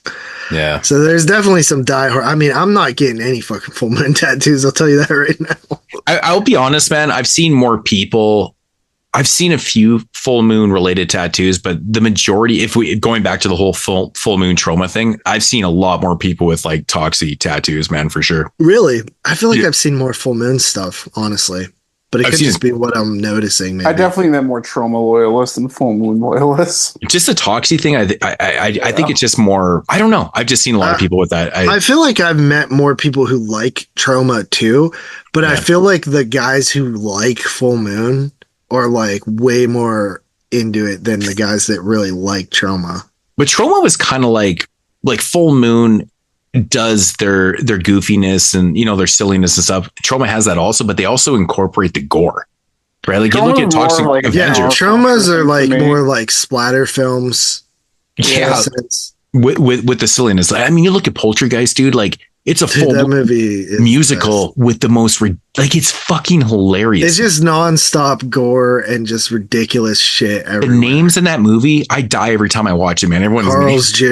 Dude, it's so fucking funny. The fact that dude's name's Carl's Jr. Dude, it fucking kills me. The Wendy's, oh my god, everything. That movie is so funny. And it is nasty too. It's like one of those movies where you're laughing and gagging at the same time. Like some of the shit stuff. Oh, I don't think it's if you just take the in-house produced stuff from Trauma versus Full Moon, I don't even think it's like a competition. I think the heights are Trauma. Like Trauma makes better movies overall. Yeah. And they like, I don't even know, like the highest rated film I might have in the entire Full Moon canon is like an 8, and there's like 2 of them probably. Yeah. It's like Pit and the Pendulum and like Puppet Master 3. Maybe Trancers you throw in there. Trancers is actually legitimately pretty good. But then again, that's Empire. Like if you look at the Empire. Yeah, Trancers doesn't Empire is better than Full Moon, I think. Well, Empire. Dude, Empire is legit. Yeah. Honestly, the like 90% of the Empire filmography is pretty solid, man. Like there's a lot of good films in there. Plus, there's like literally some people's favorite shit ever, like Reanimator and Goalies 2 and fucking Society. I mean, look at TerrorVision. We just talked about TerrorVision like 20 fucking times, man. Like there's so many good, like Reanimator is literally one of my all-time favorite movies, you know? Yeah. Reanimator is awesome. From Beyond. Yeah, From Beyond. Like it just Dolls. So many good ones. Dolls. Yeah, Dolls. I mean, there's like a lot of great ass Empire stuff. Is Tourist Trap Empire? No, I think it's because Tourist Trap came out in 89 or 79, and it was a distributed film, I think. Is Society Empire, or is that just Brian? I don't think they produced that film. I think they might have distributed Society. Yeah, I think they might have picked up the right or bought under Wizard Video or something. Oh, okay. Because I'm pretty sure that they Full Moon still owns that, or Charles Band still owns that film. So, but you must have bought it. Curious on it though now, but it wasn't produced by them. Yeah. Oh, it actually does. It actually does say Charles Band Productions in 79. Really confused because Empire didn't even exist in 79. Well, Charles Band has been producing movies before Empire. Right. 100% he was. Yeah. Yeah. Like Crash came out, 77? Something like that? 77, something like that. Yeah. So there's movies before that, but, yeah, I mean, Charles Band's name is attached to this shit. I thought it was a film that they had distributed. Huh. That's fucked up. Crazy. Interesting.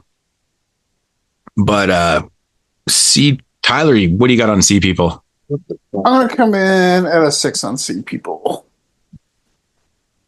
Actually, I wasn't asking for a rating. I was actually asking. Yeah, it's your turn, Moodz. It's my turn for rating, but I was actually asking for thoughts on it. But if we're giving ratings, I'll give it a 7 also. Yeah. What do you give it? Oh, you walked away. Well, it's back to you. Turn. Give it 6.5, or what do you say? 6.5? 6? I give it a 6. Okay. 6. Yeah, I'm at a 6.5 on Seedpeople. I think that it's pretty fun. It's short. How the fuck am I higher on this one? How am I higher than? What'd you give it? 7. I give it the same as Bad Channels. Yeah. Yeah, this is the shortest one. I think definitely being short and wrapping it up helps It's it. fun. I like the way it was told too. I guess we didn't really mention that. It's 7 on a full moon scale. Like how it was told, almost like for the characters, like relaying the events to the Doctor. I thought that was kind of cool. Yeah, that was neat. Mm-hmm. And it just like it created this like vacuum where you're like waiting for something. Like he's the only one here, so you're waiting for something to happen to the other people. Yeah. Right. I agree. So yeah, I guess that is Full Moon Volume 1 or 2, depending on who you are. Volume 1. Volume 1. Yeah, obviously. But I could totally see us doing more Full Moon stuff. I would like to start hitting some of those franchises, and pretty much I think there's a few more years that we can pull, like anything from like 93 to outside of 94 and 96 all the way up into like 2000 and something. We could do probably volumes whenever we pull another year. Mm-hmm. Yeah, we have to do 2000s next time, right? Yes, I believe so. Yeah. Is it? Yeah, so shit. I enjoy doing the 2000s. Well, I mean, maybe not so much the early years, but if we get something like 2007. The only one I truly don't want is 2004, I feel. 6, 7, 8, 9 are all really good years. Yeah, 2000 is not very good. But then again, I mean, we also deep dive and there's a lot more films that I feel like there's for. more chances to find gems in years like 2000, 2001. Yeah. Especially because you start getting like a ton of like Asian stuff too around that time. Oh yeah. Yeah. Huge boom. Yeah. Yeah. So it wasn't really like that accessible or watch theater back then either. Yeah. Yeah, right. exactly. But yeah, that was fun. I think we did a lot of like actually just talking about Full Moon in general, which is kind of what I wanted. Right. Because it sort of showcases more than just these 3 movies. But I'm sure we'll end up doing, more, like I said, Full Moon and maybe some more trauma shows too. I don't even think we've ever done a trauma show. Well, I mean, yeah, maybe not on this one. We just did Cannibal on Sinbin. Yeah, that movie was fun. Yeah, we should definitely do some like trauma stuff down the road. Well, I think we plan on doing Toxic Avenger when that comes out. Yeah, I would love to do the franchise. That'd be fun. So it'll be 5 films. Yeah. Yeah. I've only seen one, I think. Just the first one? I've seen the first and the second. I think I've only seen the first. Oh, the fourth one is great. Yeah, I've always heard the fourth one's good. Yeah, it's really good. Yeah, it was a good return after the lull of part 2 and 3. Yeah, I didn't really like part 2. I think that's probably why I never watched part 3. I love part 1. I've seen that a million times. Oh, I'll tell you one thing, man. If you didn't like part 2, you'll definitely not like part 3. I always hear part 3 is the worst one. It's the worst one. It's by far the worst one. It's crazy too, because like they went right downhill 1, 2, 3, and then 4 is just like a huge step up. Yeah, like it's fucking good. I've always heard. Yeah, it's really good. That's kind of surprising since like that's their mascot. Yeah, it's kind of surprising that they let 2 and 3 be so mediocre, considering like that's the face of trauma. I know. It's like so disheartening too, because 4 is so good. Man, if they just put more into 2 and 3, man, that could have been a solid fucking franchise, man. Really solid. It's half good. Yeah. As I'm of curious right now. to check those out either way. But yeah, I guess that's Full Moon Volume 1, episode 285? Yeah. So episode 286 next week. We're recording next week, right? Yeah. Western Horror. So it's going to be Western Horror Volume 2, and we got of course Dust Devil from 1992. What the fuck are the other ones that we're doing? I don't remember. Two-Fisted Tales? Two-Fisted Tales from 92. Dude, that sounds so pornographic, man. Two-Fisted Tales. And what was the other one called? The Living Coffin, right? Oh yeah, from 59. So we're incorporating 59 and a 92 and 292. So I'm excited to watch Two-Fisted Tales because I'll be frank, man. I never even heard of this one. So you guys brought it to the table. It seems like a cool piece of like almost like forgotten media. But there's like good directors involved with it and everything. That's what I mean. It's interesting. It's like that time we did that bear movie, Claws, that no one's seen. Like 400 people have seen it. Yeah. Yeah, it's crazy, man. It's crazy. All right. Well, that'll be fun. And we got Sinbin this week as well for the people that follow that podcast. Yeah, so Two-Fisted Tales has Richard Donner, Tom Holland, and Robert Zemeckis as the directors. Like, what the fuck? Yeah, wild. Writers written by Frank Darabont. Like, what the fuck, dude? Like, this is crazy shit, man. You got William Sadler's in this film. Yeah, there's like a bunch of people in this film. Brad Pitt's in it. Brad Pitt's in it? Jesus Christ. Kirk Douglas is in an episode. Lance Hendrickson. Right? It's that. I mean, this has to suck, right? Or else people would know about it. I know, man. It makes you wonder, right? This is crazy. I hope it doesn't suck so we could be. I feel like it's not going to suck. It's just like a lost piece of media.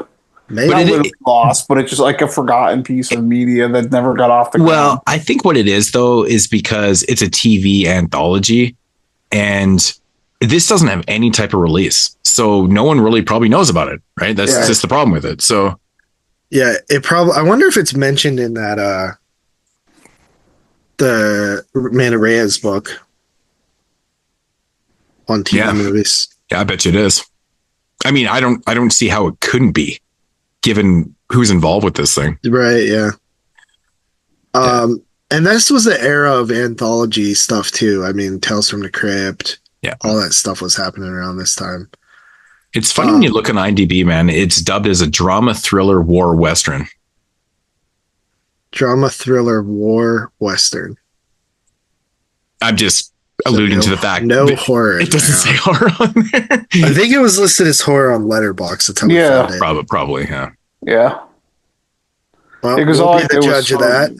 All I did was sort my list to like horror and Western or something. Yeah. It'll be one of those debate shows. Is like JP is like, I'm unsure about Dust Devil being in Western. I'm like, well, fuck. I mean, it's going to be debated. Sure if this is horror. We're not even sure if this one's going to be. So whatever. It's all good. All good. All right. But yeah, so that's next week's show. And yeah, I guess we're out of here. We'll see you guys next week. Drop comments down below. Thoughts on Full Moon. Check you guys later. Oops. Peace.